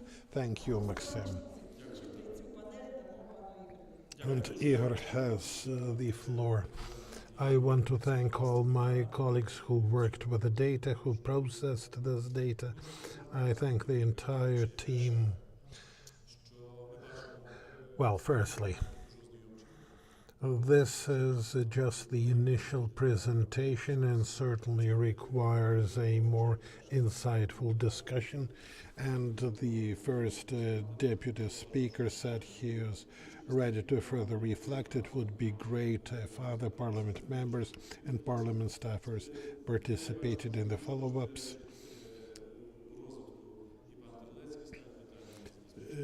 Mr. Terlecki very appropriately raised the issue of quality. We are also thinking about how to improve the quality. The idea of the drafting office is positively perceived by the staff, and it's great that the parliament already does post-election monitoring in the dimension of quality assessment.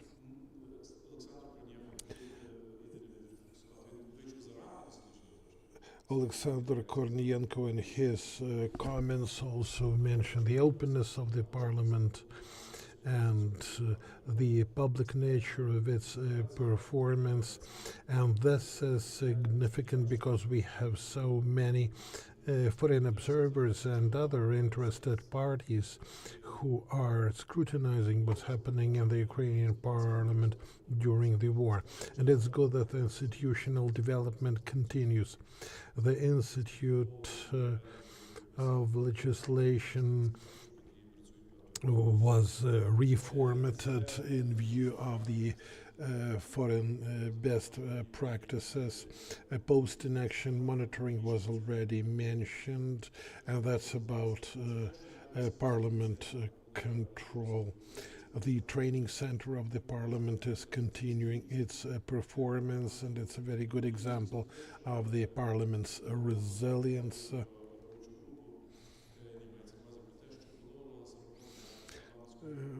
The parliamentary reform was also continuing. It's good that a consensus building is taking place at the level of different working groups. And this shows that during the war, the parliament is not only continuing its constitutional operating, but is also developing institutionally. Thank you. Thank you, Igor. Let's make a break because it's real hard. We have another paper to present, the white paper. And it gives some answers to the questions about how to improve the quality of laws.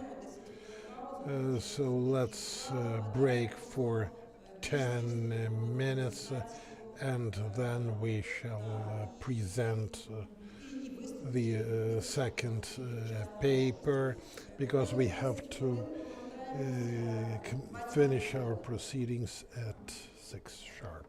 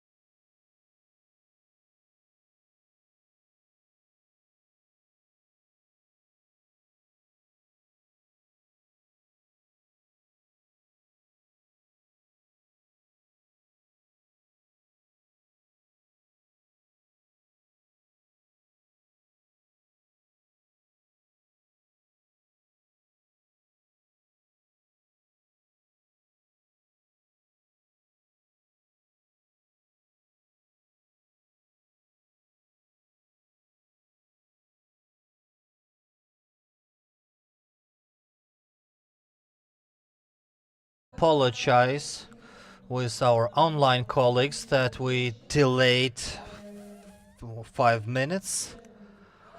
Let's get straight to work. We have the white book on legislative process that Political and Legal Reform Center experts were working. We conducted 4 public consultations, and thank you. We have the head of Reglement Committee, Sergei Kalchenko.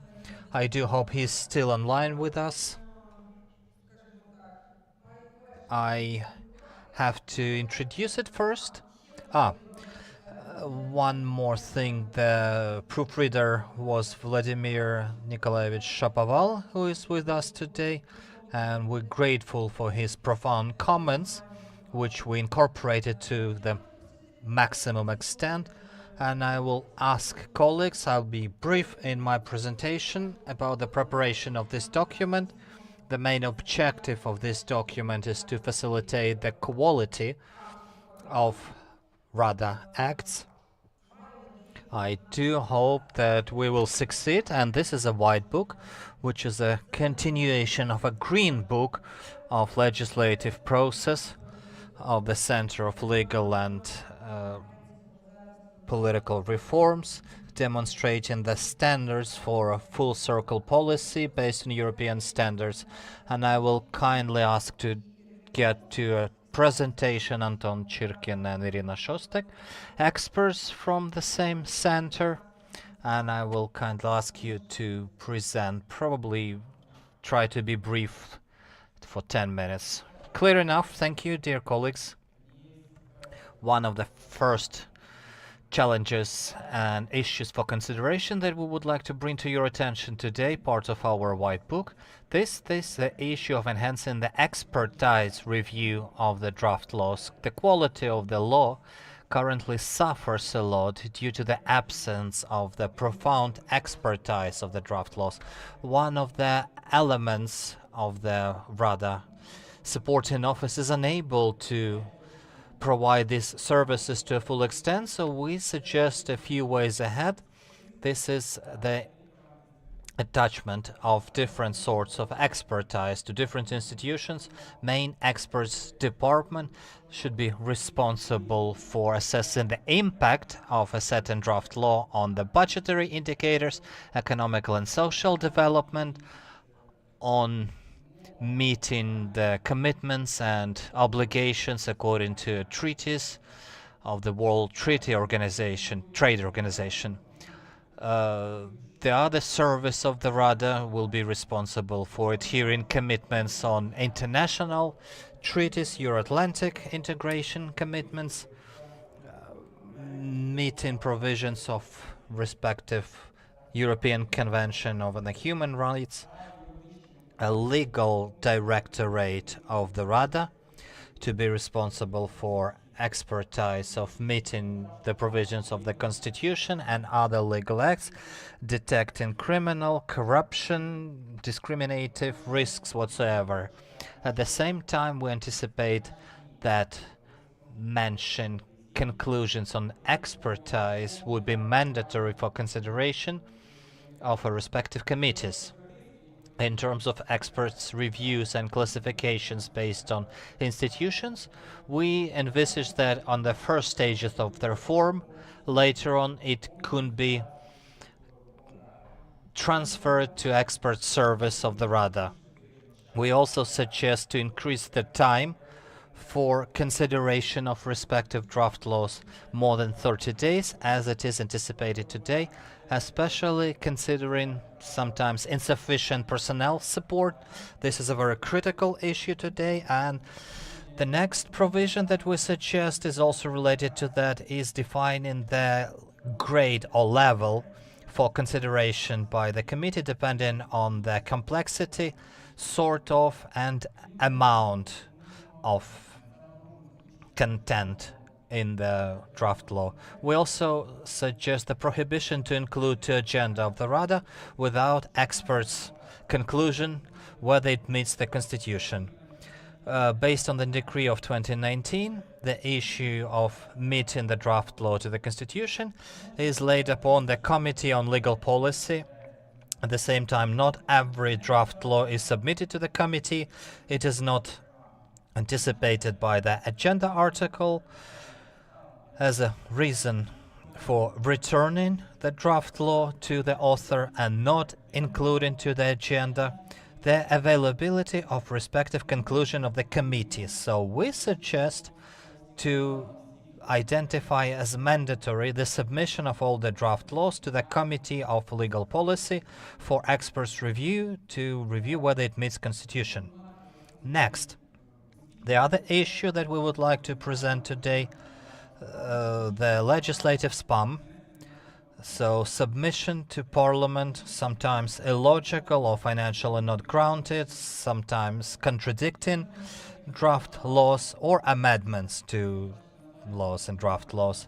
So there is some statistics presented on the slide, according to which the Rada of the 8th election had registered more than 13,000 draft laws. The 9th election, the period of time that we reviewed, December 19, March 23, registered more than 5,000 draft laws. 90% of those were initiated by members of parliament. At the same time, 50 to 60% of these draft laws had been assessed negatively, but by main scientific and expert directorate, and a third of those receives negative conclusions from the Minister of Finance. So what are the ways ahead that we suggest? One of those, we are aware that may require some constitutional changes, but that should be a collective right to initiate laws. At least 10 MPs should be the team to submit the draft law, and also a collective submission of amendments. That's a European practice, as you can see it on a slide. It's used in Germany, in Bundestag, in Poland, in Spain, either a certain number of MPs or percentage, or maybe a whole fraction. Next proposal that we suggest in order to sort out the legislative spam, that's the presidential authority to deal with those draft laws which sits within the realm of the president, and drafting and publishing the white and green books, and based on that developing the draft laws. That's analysis of previous draft laws, so preliminary analysis of the area that requires some legal regulation. And according to the provision, it's only the CABMIN in terms of reference, and there is no other regulation for MPs and for president in terms of legislative initiative. Definition and development of areas that is to be regulated is not envisaged. We also suggest filtering some initiatives to the committees or by the committees. What I mean, today MPs between first and second reading are not limited by the number of amendments they can submit. At the same time, committee cannot not to consider and not to include those to a respective table. And with that, there are cases when those proposals are non-logical, non-grounded, contradicting, and not even relate a part of a draft law. So we suggest that a respective committee would be authorized to disregard those amendments and mark them as wrong. At the same time, a certain unit of Rada head office that is monitoring the amendments initiated by MPs, and then society can analyze and review which amendments of MPs are effective and efficient and which ones are those just for numbers.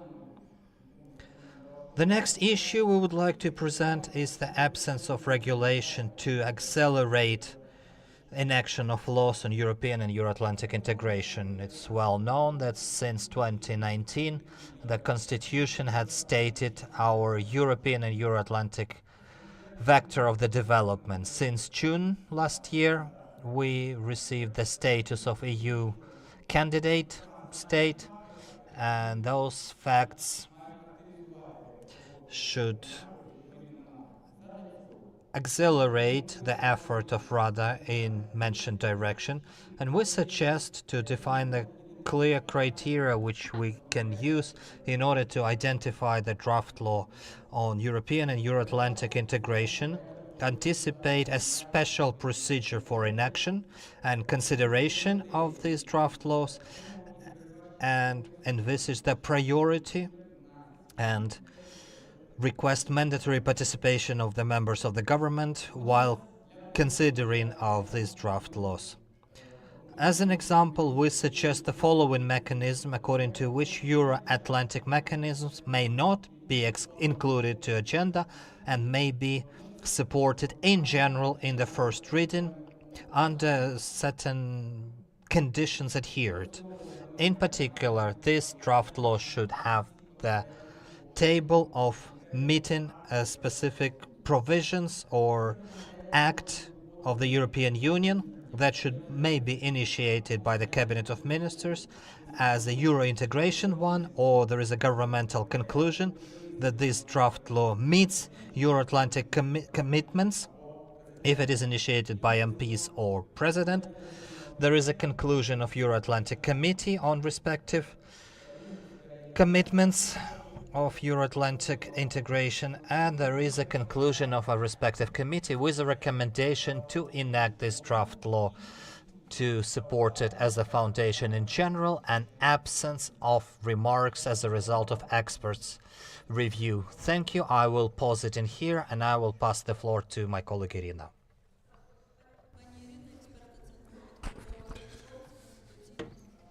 Irina, the floor is yours.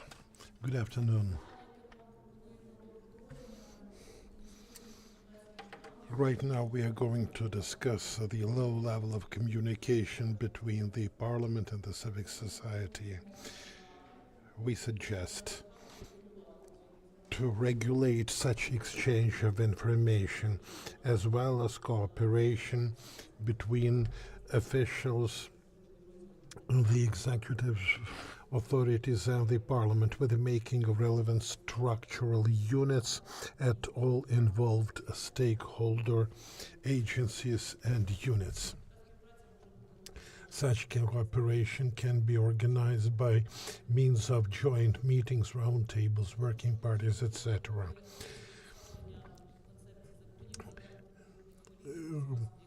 Concepts of drafts and papers should be presented officially, which is not yet envisaged in any of the laws.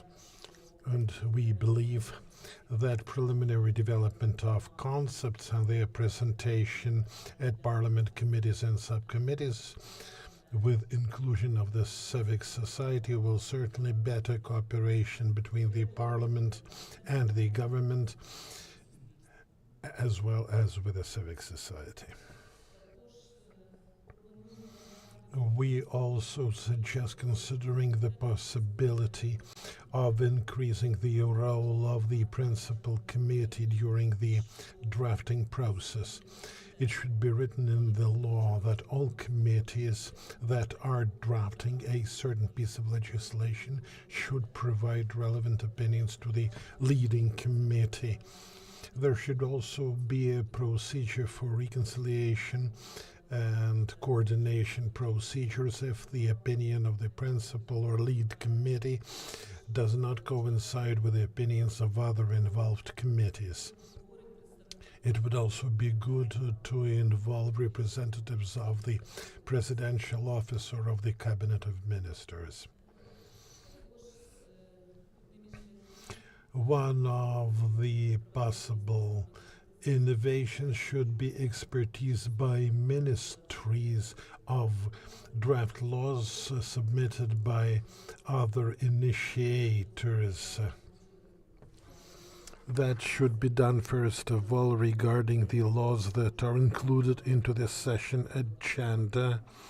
And when the spam issue is resolved, such expertise should become systemic. We also suggest that the legislation provides for the establishment of expertise and scholarly councils with committees. They should be manned with leading academics, legal technique experts, and civic activists. The law should also specify the procedures for such bodies. For communication, it would be also to consider the idea of public consultations. Right now, public discussions are conducted only by the Cabinet of Ministers at this stage of preparation of the text. Drafts are posted on websites, and it is possible to electronically submit a proposal upon which the text may be reviewed. We think that such a public discussion should be done with regard to all draft laws submitted by any initiating parties. A special platform could be created for that, and someone from the parliament staff should be in charge of posting the text, or that could be done by the parliament members on their official pages or by the president on his web page. And then the reviewed drafts would be submitted for the floor hearings. This process quite naturally may have exceptions when a certain piece of legislation requires a quick inaction because of Ukraine's commitments or in response to the situation in the country, like martial law. We also suggest considering the option of initiating drafts of amendments to the Constitution by the public. Such popular initiative may exist when a law has to be amended or has to be annulled. Certainly such an initiative may not concern taxes or amnesty, and certainly it should be clearly indicated what categories of citizens may be entitled to such initiatives. We have some infographics regarding relevant international experience.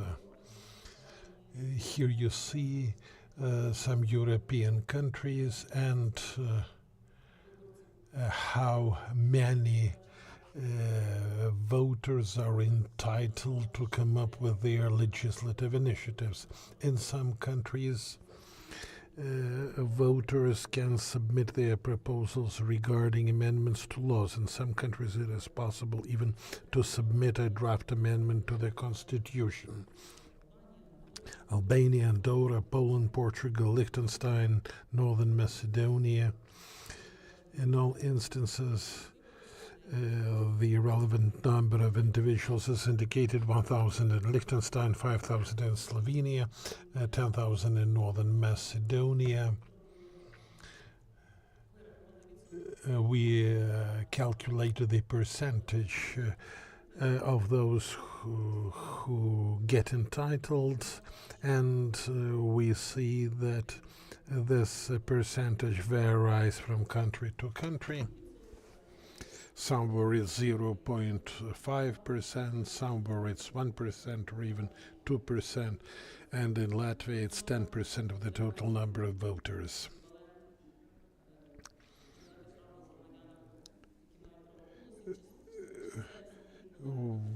We suggest 5% for Ukraine, 5% of the total number of electors for the constitutional initiative, and 1% of the total number of electors for an initiative regarding amendment to a law. Certainly there should be a law about all this, and the draft of a law originating from a public initiative should be accompanied by supplementary materials. In the 9th Parliament, 793 drafts were submitted by Parliament, 32.6% of them were adopted. These are some possible solutions.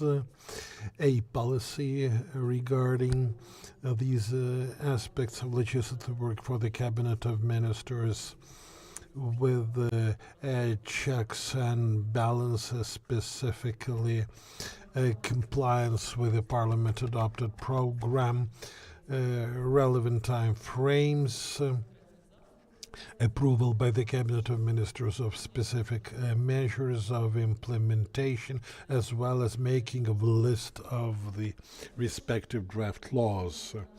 We also suggest considering the possibility of the Cabinet of Ministers and not the President deeming certain draft laws urgent. That implies amendments to the Constitution, but we suggest an alternative option, amendments to the law of Ukraine on the rules of procedure of the Cabinet of Ministers of Ukraine. The Parliament and its committees will first consider the draft laws identified as urgent by the President, then such laws identified as urgent by the Cabinet of Ministers, and then all other laws, drafts. It is also possible to amend the law of the Cabinet of Ministers regarding the number of permanent committees, as well as a clearer breakdown of the powers of different agencies in according with the respective policy paper. We also suggest a review of the notion of alternative draft, indicating that alternative are only those drafts that are submitted after the drafts are submitted by the President or the government of Ukraine.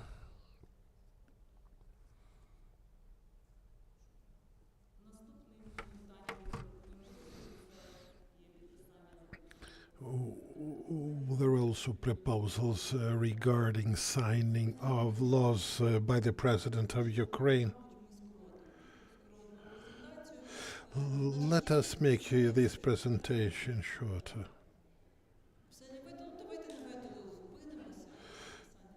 So let me address the veto provisions then.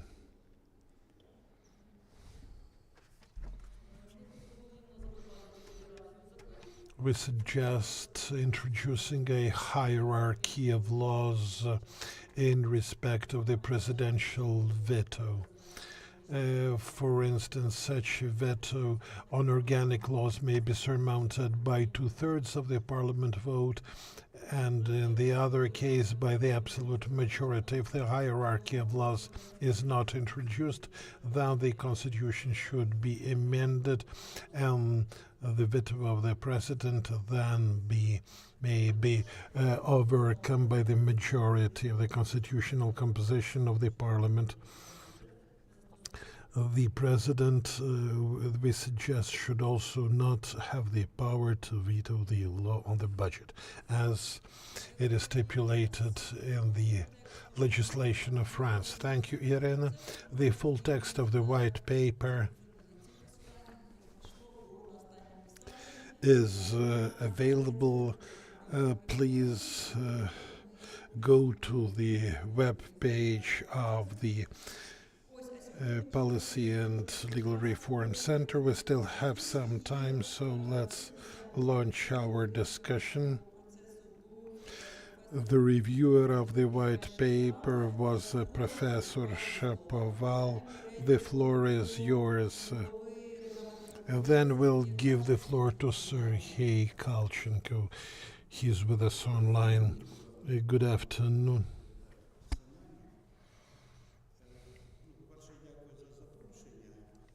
Thanks for the invitation. I was present here from the very beginning, from 3 o'clock, because it is so interesting to listen to those that you disagree with. We have been also communicating online for 3 hours twice regarding the green paper. And now we discuss the white paper. But I think it's approximately the same, or rather one is a part and the other one a whole. I was really interested, and I don't want to repeat anything said before. As far as I understand, some of my reservations were given an attentive ear, some were given a deaf ear, which is quite necessary, quite natural, because we are working on a living instrument. So I just want to greet the authors of the paper on their product. Certainly one can disagree and one should disagree, but this big piece of work was done and it certainly deserves attention and respect.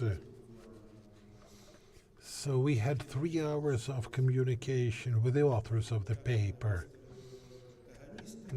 And I had to face those who were writing the text. I was alone.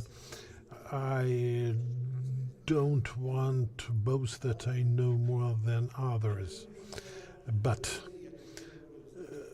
I will repeat one of the points that I made about a deficiency. It's not exactly a shortcoming. It rather the authors being overexcited about some procedural matters around the legislative process. So be it the green paper, be it the white paper, the examples are numerous. What do I mean? However, we try to fully regulate the legislative process in the parliament, be it a law on the rules of procedure.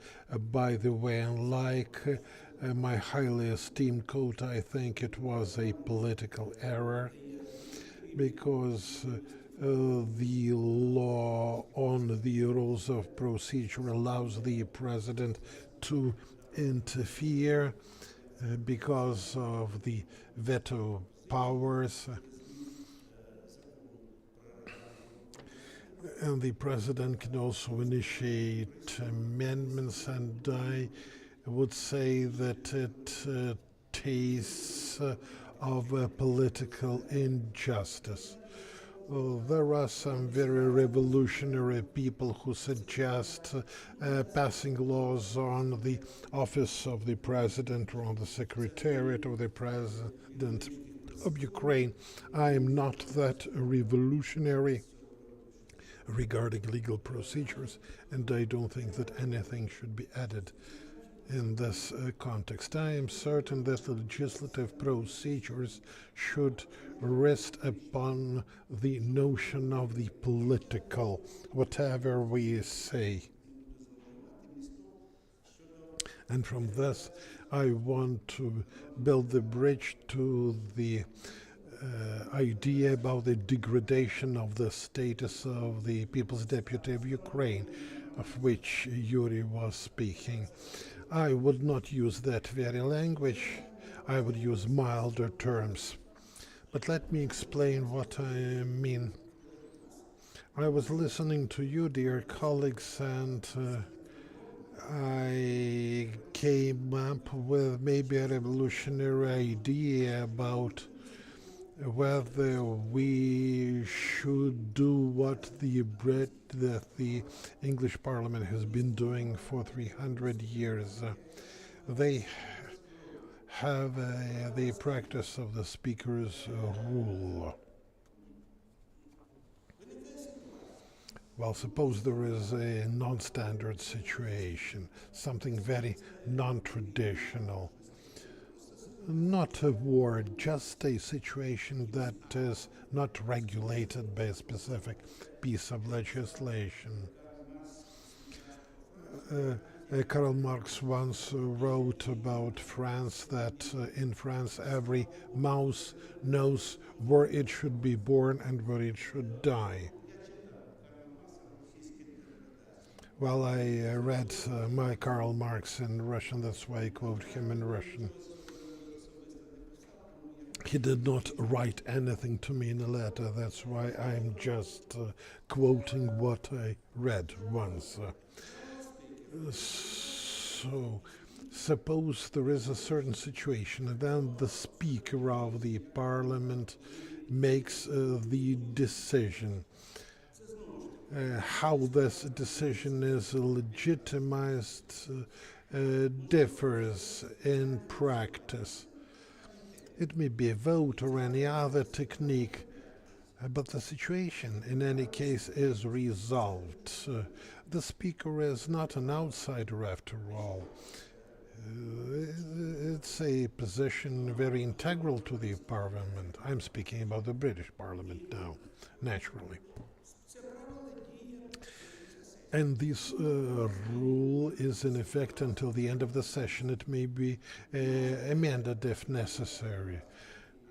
But if we have such a situation here in Ukraine, then the amendments should be made to the law on the rules of procedure with all the relevant proceedings, and the issue remains unresolved. I understand there is a very big difference between the UK and Ukraine. I don't want to say that we are worse, but why not make good use of their ideas, or why not at least discuss it? We should trust politicians more. They make decisions which by definition should be useful for the society. And it is possible to criticize in order to validate the essence of such decisions. Overregulation of parliamentary procedures is not useful. This is what I'm sure of. And we should seek other ways of getting out of the situation. And I hinted at least at one possible solution. Certainly there are matters that should be regulated only by amending laws. These are key issues, but over-regulation is something that we definitely don't need. And I really don't want to repeat what's been said earlier, but I will anyhow say something. And please don't think that I waited until the deputy speaker leaves. I am of the age and of the status when I don't have to think about being liked, maybe only about being liked by representatives of the other gender. So I'm sure there is a problem, and the problem is that we have not that one political environment, party political environment, not those political parties, parliamentary parties outside of parliament parties that would be able to produce this natural link. A member of parliament, it's a strange word, a member of parliament, it's not used in constitution, but too bad. I am irritated for ages because there is some poisoning written. This is the people's elected deputy. Do you know where else the people's deputies are? In Tajikistan. Even not in Belarus, there is a deputat deputy, not a supreme, rather there is a chamber of representatives and chamber of whoever is. You can name them anyway, but it all is a Soviet heritage. So, dear colleague, I can assure you this formula is absolutely improper that got in the law on the status of the People's Deputy, and People's Deputy is a representative of people in Supreme Rada. Am I going to dispute? I'm ready to dispute publicly. This formula has been written back in 1989 in a Soviet constitution.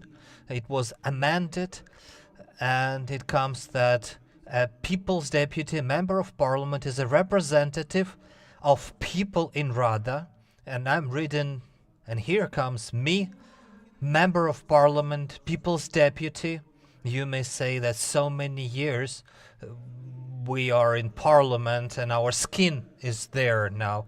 But I'm supportive to the fact to have just members of Parliament, MP operated based on the proportional elective system, who has a politician's skin. And there is a problem here again.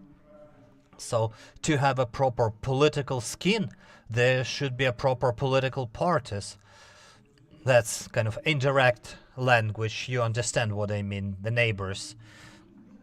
So I, for instance, believe that we have to get rid of these overwhelming uncertainties in the status of Member of Parliament. But again, to my conviction, taking away the right of legal initiative from people, that's a bit rude. But on the other hand, why not? But I probably would suggest to do as the French did, according to a constitution of France, the draft laws submitted by the government. These are the draft laws. The draft laws. Draft laws submitted by individual MPs or coming from Senate of each chamber. That's called the proposal. And procedure for consideration is different for those. So the approach might be the following. The draft law is a product of a government. That's number one. That's quality number one, objectively. And the draft proposal, whether it's a spam or not, submitted by individual MP. In France, that would be a member of national election or Senate. That's the second quality. At least let's have a look. The proposal on collective legislative initiative is not too bad. We can at least consider that as well, at least some critical laws regulating the functionality of the state, organic laws, maybe exclusively by the way of collective legislative initiative, and the rest, if it is not organic for a national statehood operation, that may be left for some separate individual MPs, those who can demonstrate themselves in such a way. I'm not going to take your attention anymore. Thank you for listening. That's probably it that I was going to say. Thank you. Thank you, Vladimir. As ever, we noted all your proposals, and we will think and we will consider. It would be good to regulate parliamentary activities based on traditions, or regulate something that cannot be regulated. Thank you. If we have the head of a respective committee on agenda, Sergei Kachenko. Thank you. Yes, I am here. Thank you for being with us. We have sort of, how to say, a shift in time, but we have a wise speaker, and that's why that caused a little delay. So please, you have the floor. Good afternoon, Yulia. Good afternoon, all the participants. Maybe the time shift took place because you have combined two fundamental issues. Maybe two separate events would be worth doing, but it's too late now. I will start with the thought that has been mentioned by Vladimir a very well respected individual. Even if you disagree, it's still interesting to hear. Yulia, you mentioned that I participated in one of your events. Sorry for not being able to participate in all of those. Maybe I could convince the authors to rethink their conclusions. But because the time is limited, and that was spot highlights, so I will provide a spot feedback. First, in respect of expertise, we may trace some contradictions in the speeches. On one hand, they would like to reduce the level of interference in the committee engagement during the expertise days. So budget expertise not to be conducted by scientific legal department. Are we going to release the workload on the budgetary committee, or is budgetary committee is incapable to do the work which they were doing for ages, for decades? A research service, the one that would incorporate those proposals and recommendations suggested as part of international support. The purpose of creation of this research service was a bit different, not for expertise engagement. They have a different function, correct me if I'm wrong. So it's not their primary job to review the draft laws. Again, maybe there is a lack of consistency here. We say that the primary committee increase its role, should not consider or recommend draft laws, not having experts' conclusions of other committees, not the primary ones. There is a problem in here. What if that conclusion is absent or lost in a way? There are situations when you have not received the conclusion of the committee of anti-corruption committee because they have other draft laws, and 30 days pass. Maybe you have a possibility to wait, sometimes you don't. So the primary committee should not be a hostage of that situation. On the other hand, the contradiction that I see, that it is suggested now that the main judicial directorate to provide a conclusion of meeting the constitution provisions. So what is the logic? Should the judicial directorate be authorized now? Or should the Committee of Legal Policy should be authorized now to review all the draft laws? And if we task the Committee on Legal Policy, or even the main expert directorate or main judicial directorate, everything will stop. Both committee will stop and judicial directorate will stop. Because, for instance, our committee, during the current session, and maybe the 8th, we asked the Legal Policy Committee to provide their conclusion on meeting the Constitution. And it takes a long time. I understand lots of work, but we have not received that conclusion yet. That was the only case. And if we authorize them and task them that they should provide a mandatory conclusion on all the draft laws, I'm sure that the legislative procedure will be halted. In terms of filtering proposals to the draft laws that are submitted for the second hearing, so the proposal, and I quote, the committee would be authorized not to consider or disregard. So the committee is already authorized not to consider. But now the committee has the problem that if proposals are submitted with breaking the provisions of respective article, so the draft law dealing with transport and proposals are dealt with agricultural branch, the committee is already now committed to include a comparison table and by the agenda to refuse. But sometimes they reflect, sometimes they consider, or sometimes they refuse and someone in the meeting room raises that again. So that's the problem. Even the draft law 9153 mentioned by Vice Speaker is ready for consideration, and Parliament is on the way to resolve this issue. There was mentioned a separate track, Euro-Atlantic or European track. We have a draft law 8242.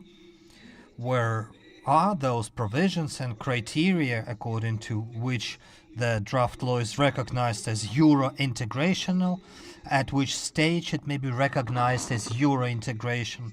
There is a role of the Cabinet of Ministers, a leading role in initiating those draft laws. And the rest suggested by this draft law 8242, which are not submitted by the Cabinet, they should be redirected for mandatory expertise to the Cabinet of Ministers.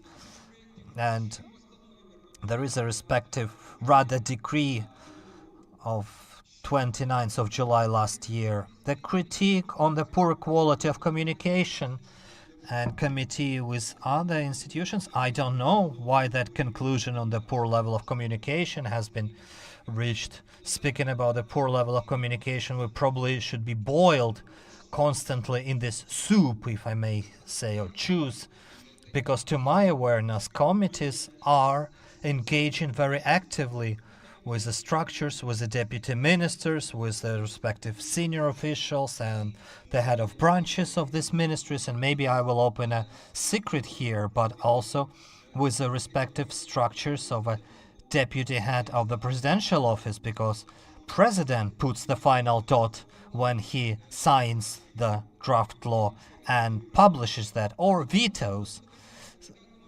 So such a communication is there, and to my understanding, all the provisions and foundations, the current law on the committees authorize committees to set the councils or boards, engage experts, non-governmental organizations to this process. In terms of public consultations, well, there is a draft law prepared for the second reading, and to my understanding that considerably will improve the situation in comparison to a first reading. Its first edition was such that you can put a barrier to a legislative process just applying to the court and putting under the question the authorities of the subject of power authorities in respect of the agenda of the Cabinet of Ministers and the right of Cabinet to nominate their draft laws as immediate. Well, there is a discrepancy and dichotomy with other recommendations. If I'm not mistaken, the experts community, again, correct me if I'm wrong, well-respected experts of political and legal reforms, there is a concept that it's only the constitutional responsibility of the president to define imminent draft laws. And what RADA may define as imminent, that's wrong. It's only the presidential authority. So how do we correspond this view with others to authorize Cabinet to nominate their draft laws solely as imminent or as urgent? So we have to think. To conclude, it's interesting to listen others, even if you disagree. Sorry for not being able to participate in person in other events conducted by the Center. Thank you for your attention. Thank you, dear Sergey. I have noted your comments. Unfortunately, there is not enough time to provide a feedback in response. So far, we are speaking about the draft, and I'm sure we will get together once again to discuss those issues which you disagree in particular, and we'll go through separately, seek some clarifications or explanations, or to avoid those legal collisions. Thank you for being with us. We will work further, and I'm sure we will get to a better quality of this document. And we'll proceed here with our discussion. And I would like to give a floor to the head of the Center of Legal and Right Reforms, Igor Klushko. Thank you. Well, in fact, a lot could be said, but reflecting that time, and we already overstepping. I will just draw on some generic administrative issues on the challenges that we're considering and discussing. To my understanding today, listening to our speakers from the center and also talking in parallel to Igor, for instance, we all use in recent times the words as a green book, white book, but quite often in a different contexts or in a different meanings. Once again, I can't insist that I'm a barrier of the single understanding what is a green and white books, but I would encourage still to think how do we reach some harmony in understanding those terms, because it is not normal when different documents utilize this terminology in a different meanings. My understanding, as I've learned that back in time and applying for many years, that the Green Book is both green and white books are some sort of technical documents required in the process of shaping policy to consult with the stakeholders, with the society. Green Book highlights the discrepancies, White Book suggests the ways ahead. So when we operate in our today's presentation the term Green and White Book or concept of a draft law as an alternative,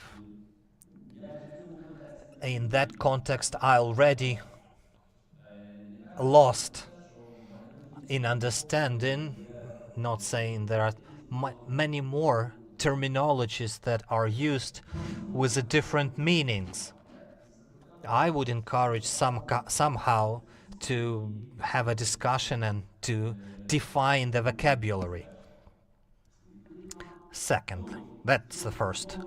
Again, from my understanding, we can't produce red book or green book or white book for each draft law. That's nonsense. The draft law is written based on already developed policy to implement the concept. So green, white book are needed to prepare the concept. And in order to implement the concept, to reform some branch, then the draft laws are developed. When that is constructed in a different way, then again it leads to questions. The other thing I would like to mention, of course, we all were concerned by the proposal about expertises and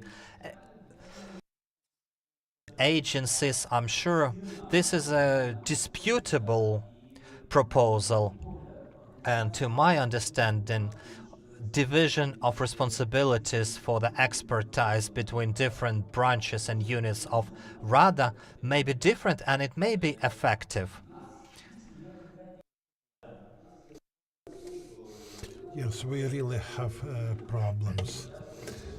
The Department of Expertise often come up with not very professional opinions.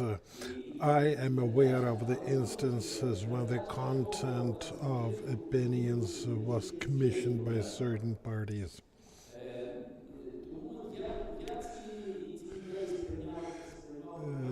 So I would rather consider different possible options. Any white book is to propose different options for possible political solutions regarding concepts. And I think that in this context, such proposals certainly have the right to exist.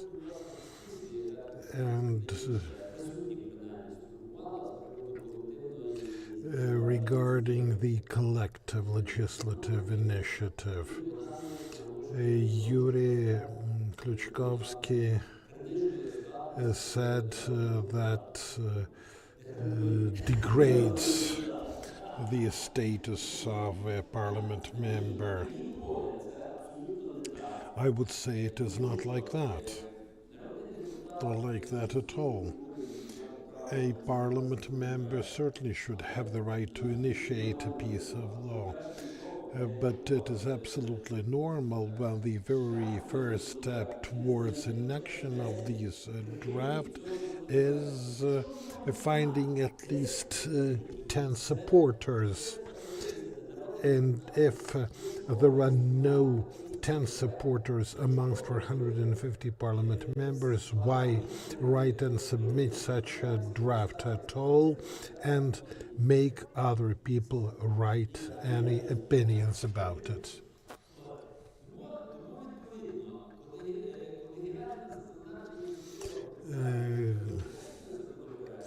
A collective initiative of parliament members regarding submitting a draft is a very normal procedure, but I disagree with the points concerning amendments during the second reading.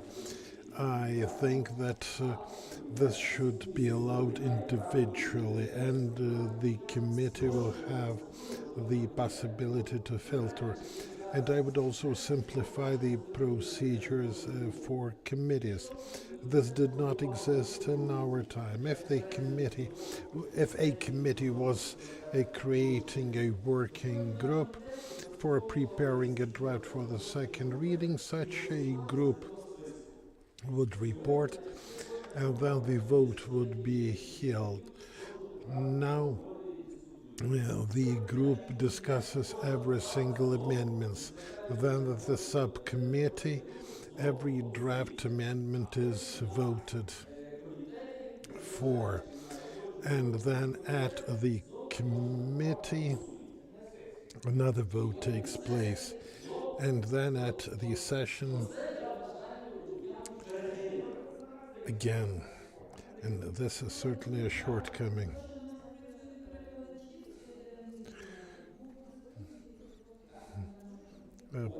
Please abstain from the discussion.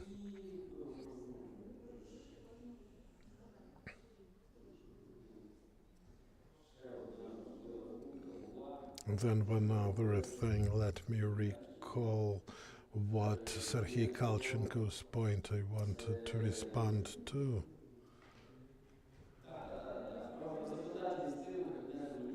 Regarding the legislative initiative of the Cabinet of Ministers.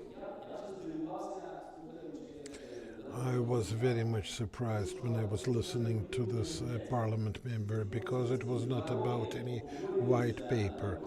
All these proposals have been discussed at the working group in the parliament for 2 years, as well as in other working groups. These proposals and the concept were already approved. So I was told they were approved by this working group. And then all of a sudden the head of the profile committee says that he hears these proposals for the first time. And I really fail to understand how the process of parliamentary reform works, because some people approve something while the person who is to exercise the key influence on the decision-making process says he hears it for the first time. So if we're not amending the Constitution, we can let the Cabinet of Ministers decide whether its draft laws are of priority order, and then they will proceed only the drafts submitted by parliament members, which come second after the presidential ones. And regarding alternative drafts, this is something we've been discussing for 2 years, and I would say that it is not hard to slightly modify the procedures of the parliament. That would really solve many issues. Pretty often, the Cabinet of Ministers cannot submit its draft because one parliament member registers a similar draft just 1 day before that, and that is not proper. This is how I would react to some of the points made today. Thank you for your attention. Dear colleagues, we have only 5 minutes and 4 speakers.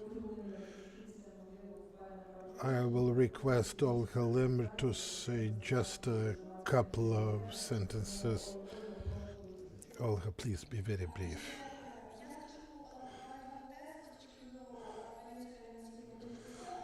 I will be speaking on behalf of our coalition. It is advocating the reforms and interacts with the parliament. I want to stress that we have very different interaction with different committees. The Statehood Committee is more open to interaction with the civic society. Other committees are more closed. And we understand all the limitations and restrictions of the time of war.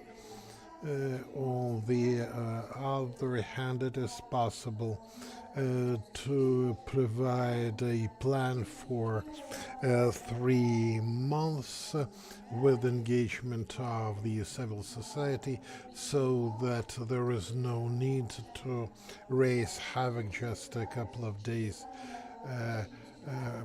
prior to the vote. This is about the culture of discussion, and we think that relevant changes would very much help the drafts to attain better quality. I'm very glad that our coalition was participating in the white paper development, and we are ready to continue this cooperation. Thank you, Olga, for your support. We also thank your coalition. Alexander Zaslavsky, Laboratory of Legislative Initiatives.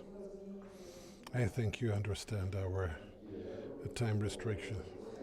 Thanks for the invitation.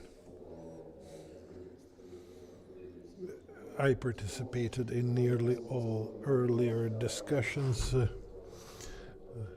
That's why today I was listening to what others were saying, and I would say that both presentations were very interesting. You know that we have our own monitoring projects, and I was immensely interested in the indicators and in the quantitative data provided in the first presentation. Regarding the quality of legislative initiatives and regarding the proposals in the White Book, we are trying to launch a mechanism or a format of legislative impact, beginning with the explanatory note and then via the opinion of the reviewers, in order to predict the possible impacts.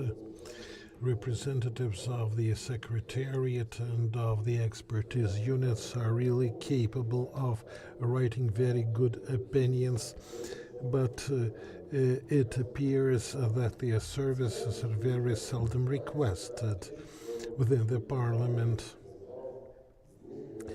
And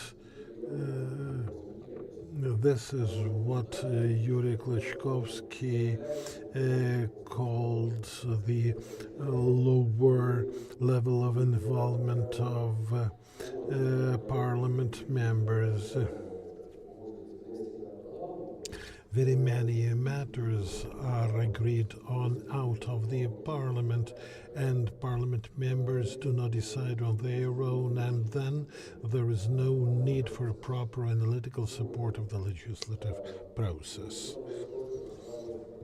Regarding expertise,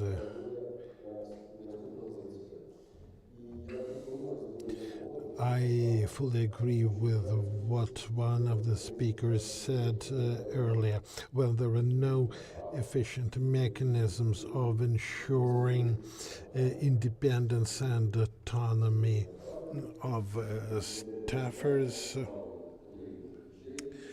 the rights, quote unquote, people will be assigned to write the opinions. And it is clear what the outcome will be, period. No one said anything about instances when the president does not sign laws adopted by the parliament. Different presidents, including the present, the incumbent president, sometimes signed after much delay, but it appears that now it is possible not to sign at all, and that will lead to nothing. We discussed how the parliament adapted to the requirements of the wartime, and I recall what Dmytro Terletsky said about the drafting techniques. We all remember how laws were adopted without any discussion in the initial months of the war, and certainly at such speed laws of good quality can hardly appear. And then Volodymyr also mentioned instances when certain articles were amended several times within a short time. I recall the amendments to the tax code. That was really a record in terms of the number of amendments. And the obvious conclusion is, or may be, poor quality.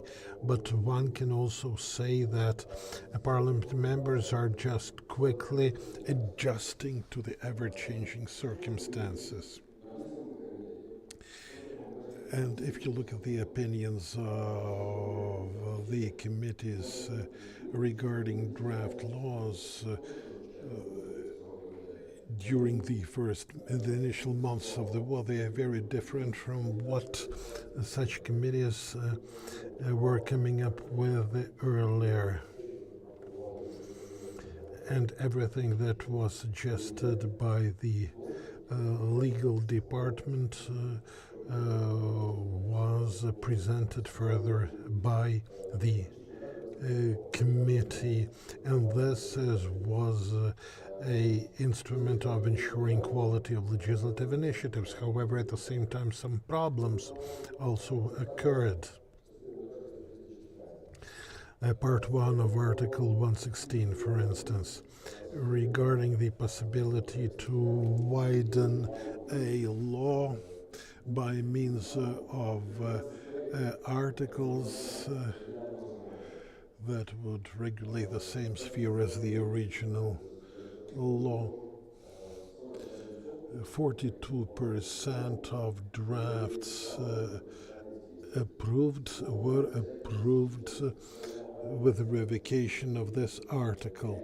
It may be a sign of the parliament members trying to ensure the quality of their work. On the other hand, this phenomenon may be referred to as the Matryoshka law, because we have one law at the first reading, and then at the stage of the second reading, two different drafts surface. Then there is search department appeared, and that was a sort of the victory, although if we recall how it can transpire, will it just smile? I don't want to name the law in the context of which this unit appeared, but you're all aware. Regarding the Coordination Council, it began working properly at the time of the war, and it was one of the recommendations of the European Parliament that came true. So instead of speaking for 2 hours in the presence of Camera Cruz, Parliament members were working for 4 or 5 hours preparing to discuss the content of the drafts.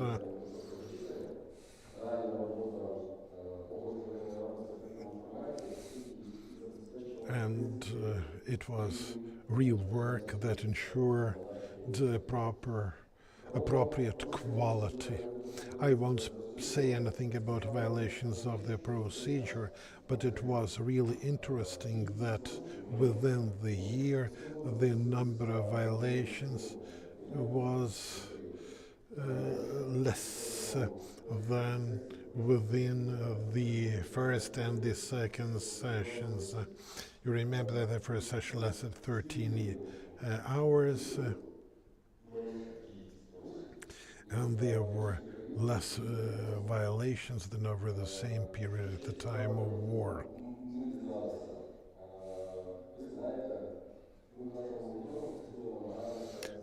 When doing our monitoring, we are trying to urge Parliament members by reminding them that not a single draft was considered at the stage of the third reading.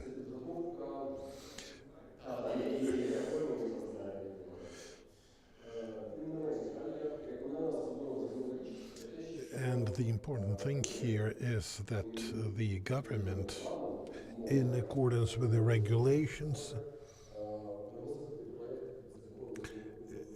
can submit drafts of subordinate regulations accompanying the law together with the draft law for the third reading, and thus the Parliament members see how the government intends to implement the law. But this is what does not take place. Well, this was piloted with the National Security and Defense Committee at the stage of the second reading. The government was asked to provide the list of laws to be amended after the approval of the draft that is now being prepared for the second reading. So if that worked in the Security Committee, maybe there is a prospect of this practice being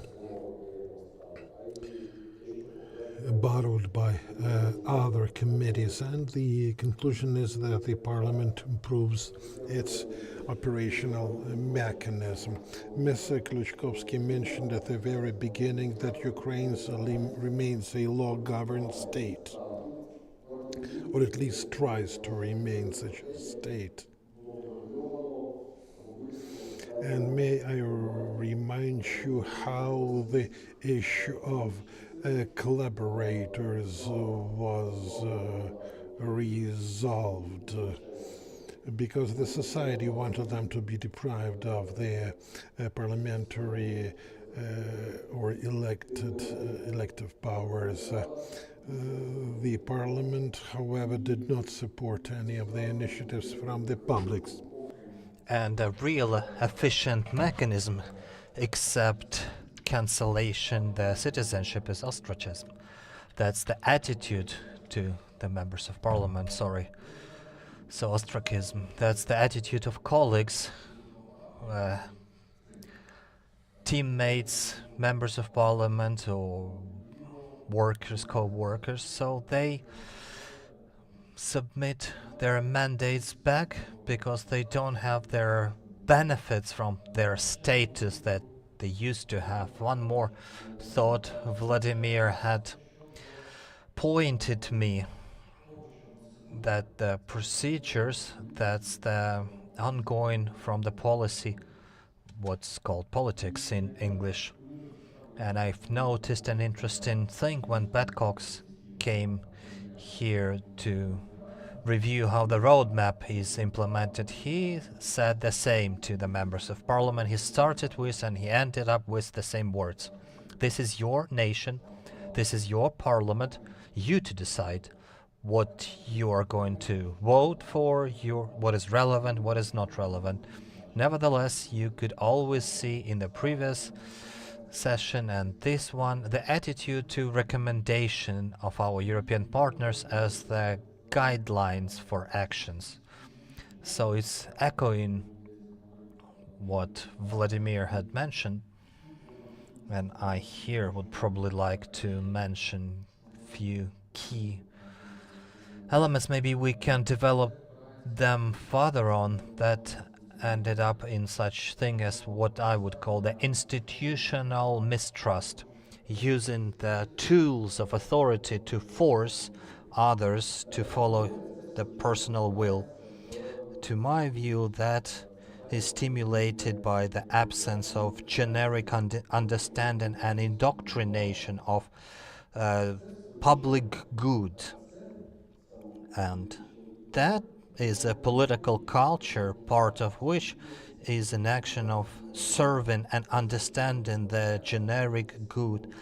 And that brings us back to the terminology sort of community, the bearer, the owner, and a consumer of this generic good. And again, this brings us to the challenge of sovereign. Sovereign, the state, and sovereign here is a Ukrainian political nation. The state, the nation of Ukraine, the one we gained in 1991, it was not the recognition of this sovereign. That was sort of a post-Soviet heritage, and we can discuss about that. It's just a rough thought. Alexander, you're getting too far. We are not going to end up till midnight. Just one more small thing. The vice speaker had mentioned a thing that Rada faces challenges on the way to Euro integration. That's not my thought. I heard that in Rada walls, but it's not vitally spoken. Our Western partners expect reforms from us, and we state about reforms as part of our pace to European community, Euro-Atlantic community even more. However, these reforms are implemented under the limited rights of citizen. And in fact, these are serious reforms that should take place under the wider social discussion using different mechanisms of adhering public rights and interests, but it cannot happen under the martial law. So as for me, that's a criminal thing not to speak about that, but it's worth discussing to what extent are those reforms legitimate. I'm not saying that when this Rada cadence is going to be exhausted, but the global profound reforms, to what extent are they legitimate? Thank you, Alexander. We just don't have other time to get in deep discussions. We have no choice. The aggressor has not left us a chance. We have two more speakers, and I would like to continue with Vita Damanska, Chesno movement leader. Thank you, Julia. I'll try to be brief because to dispute in such a limited time, there is no point. I'm just trying to apply yesterday's law on e-declarations. A year and a half and a day and a half, the committee considered the law on electronic declarations. So we criticize the way how the committees are not ineffective, but on the other hand, we are happy that they managed to be effective in that. In terms of content, I partially agree, partially disagree with something, and with a parliamentary team, we would like to reflect and provide our recommendations.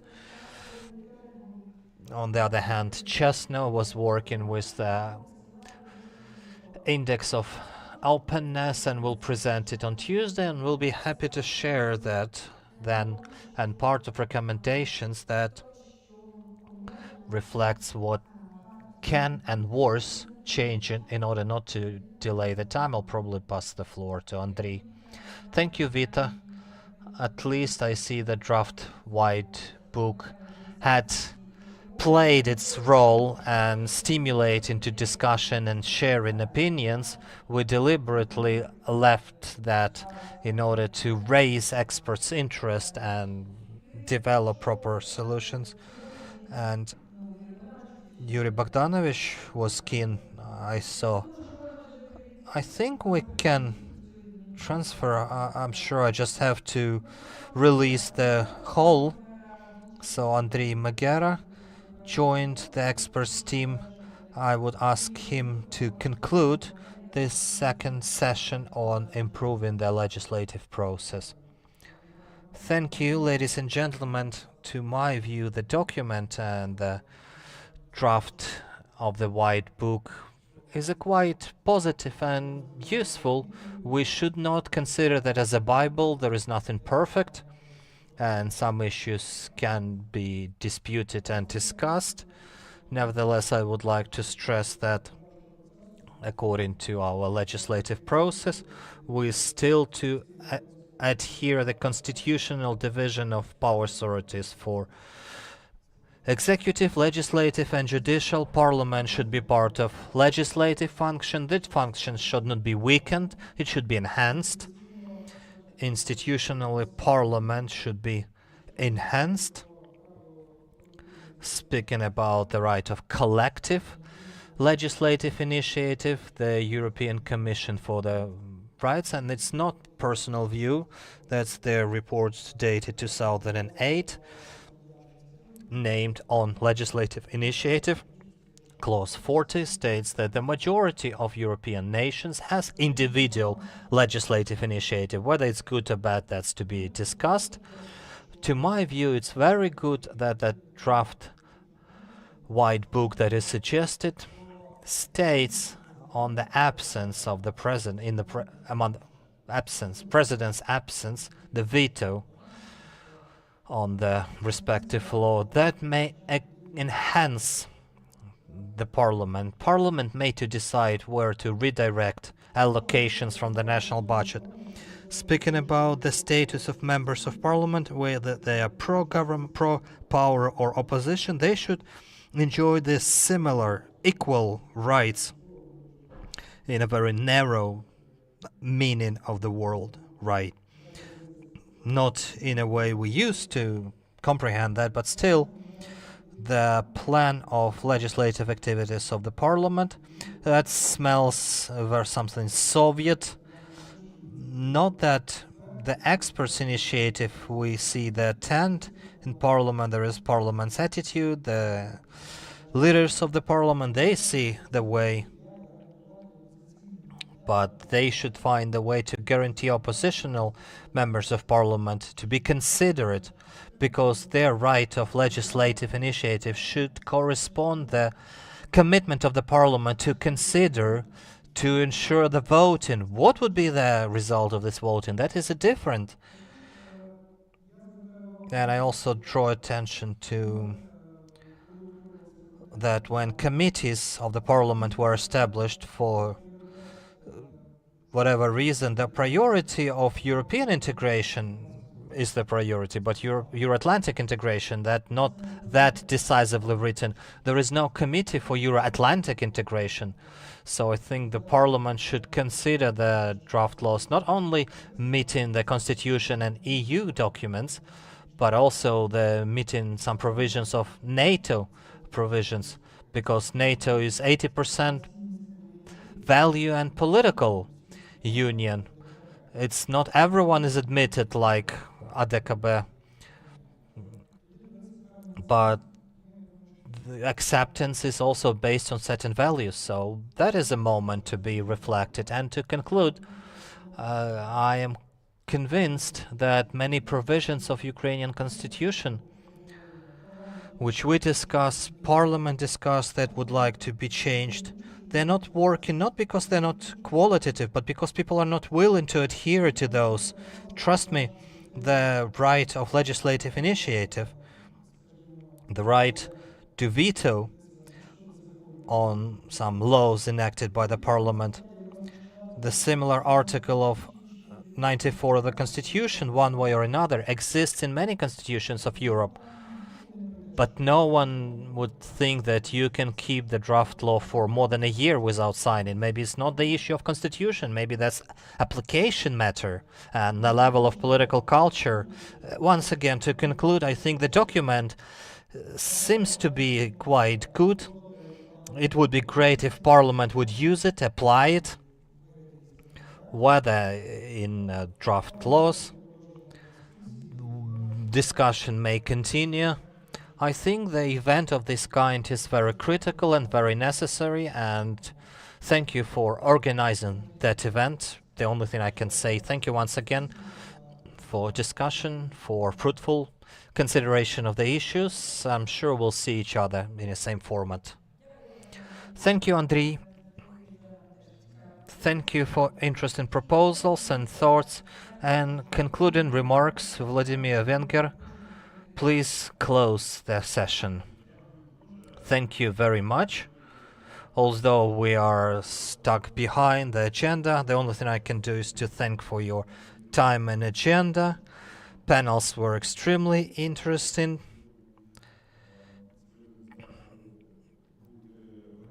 Very serious events may follow on based on these discussions. To my perception, even today's discussion, Parliament in a war, the fact of a discussion is already interesting. And all ideas can be a foundation at least for considerations, for active engagement within the Parliament and beyond its frames. I have to thank to RADA and RAND program engaging experts to work on both documents and surveys. I thank all the experts, all the researchers, all the organizers, and the translators and the technical personnel. I don't know whether you can hear. I can hear the translator. I'm really sorry, because they have to manage the pace of the speakers. They are quite heavily engaged, so thank you for translating. God bless, and till the next sessions, peace and victory. And I would like everyone to join us on a coffee. Thank you.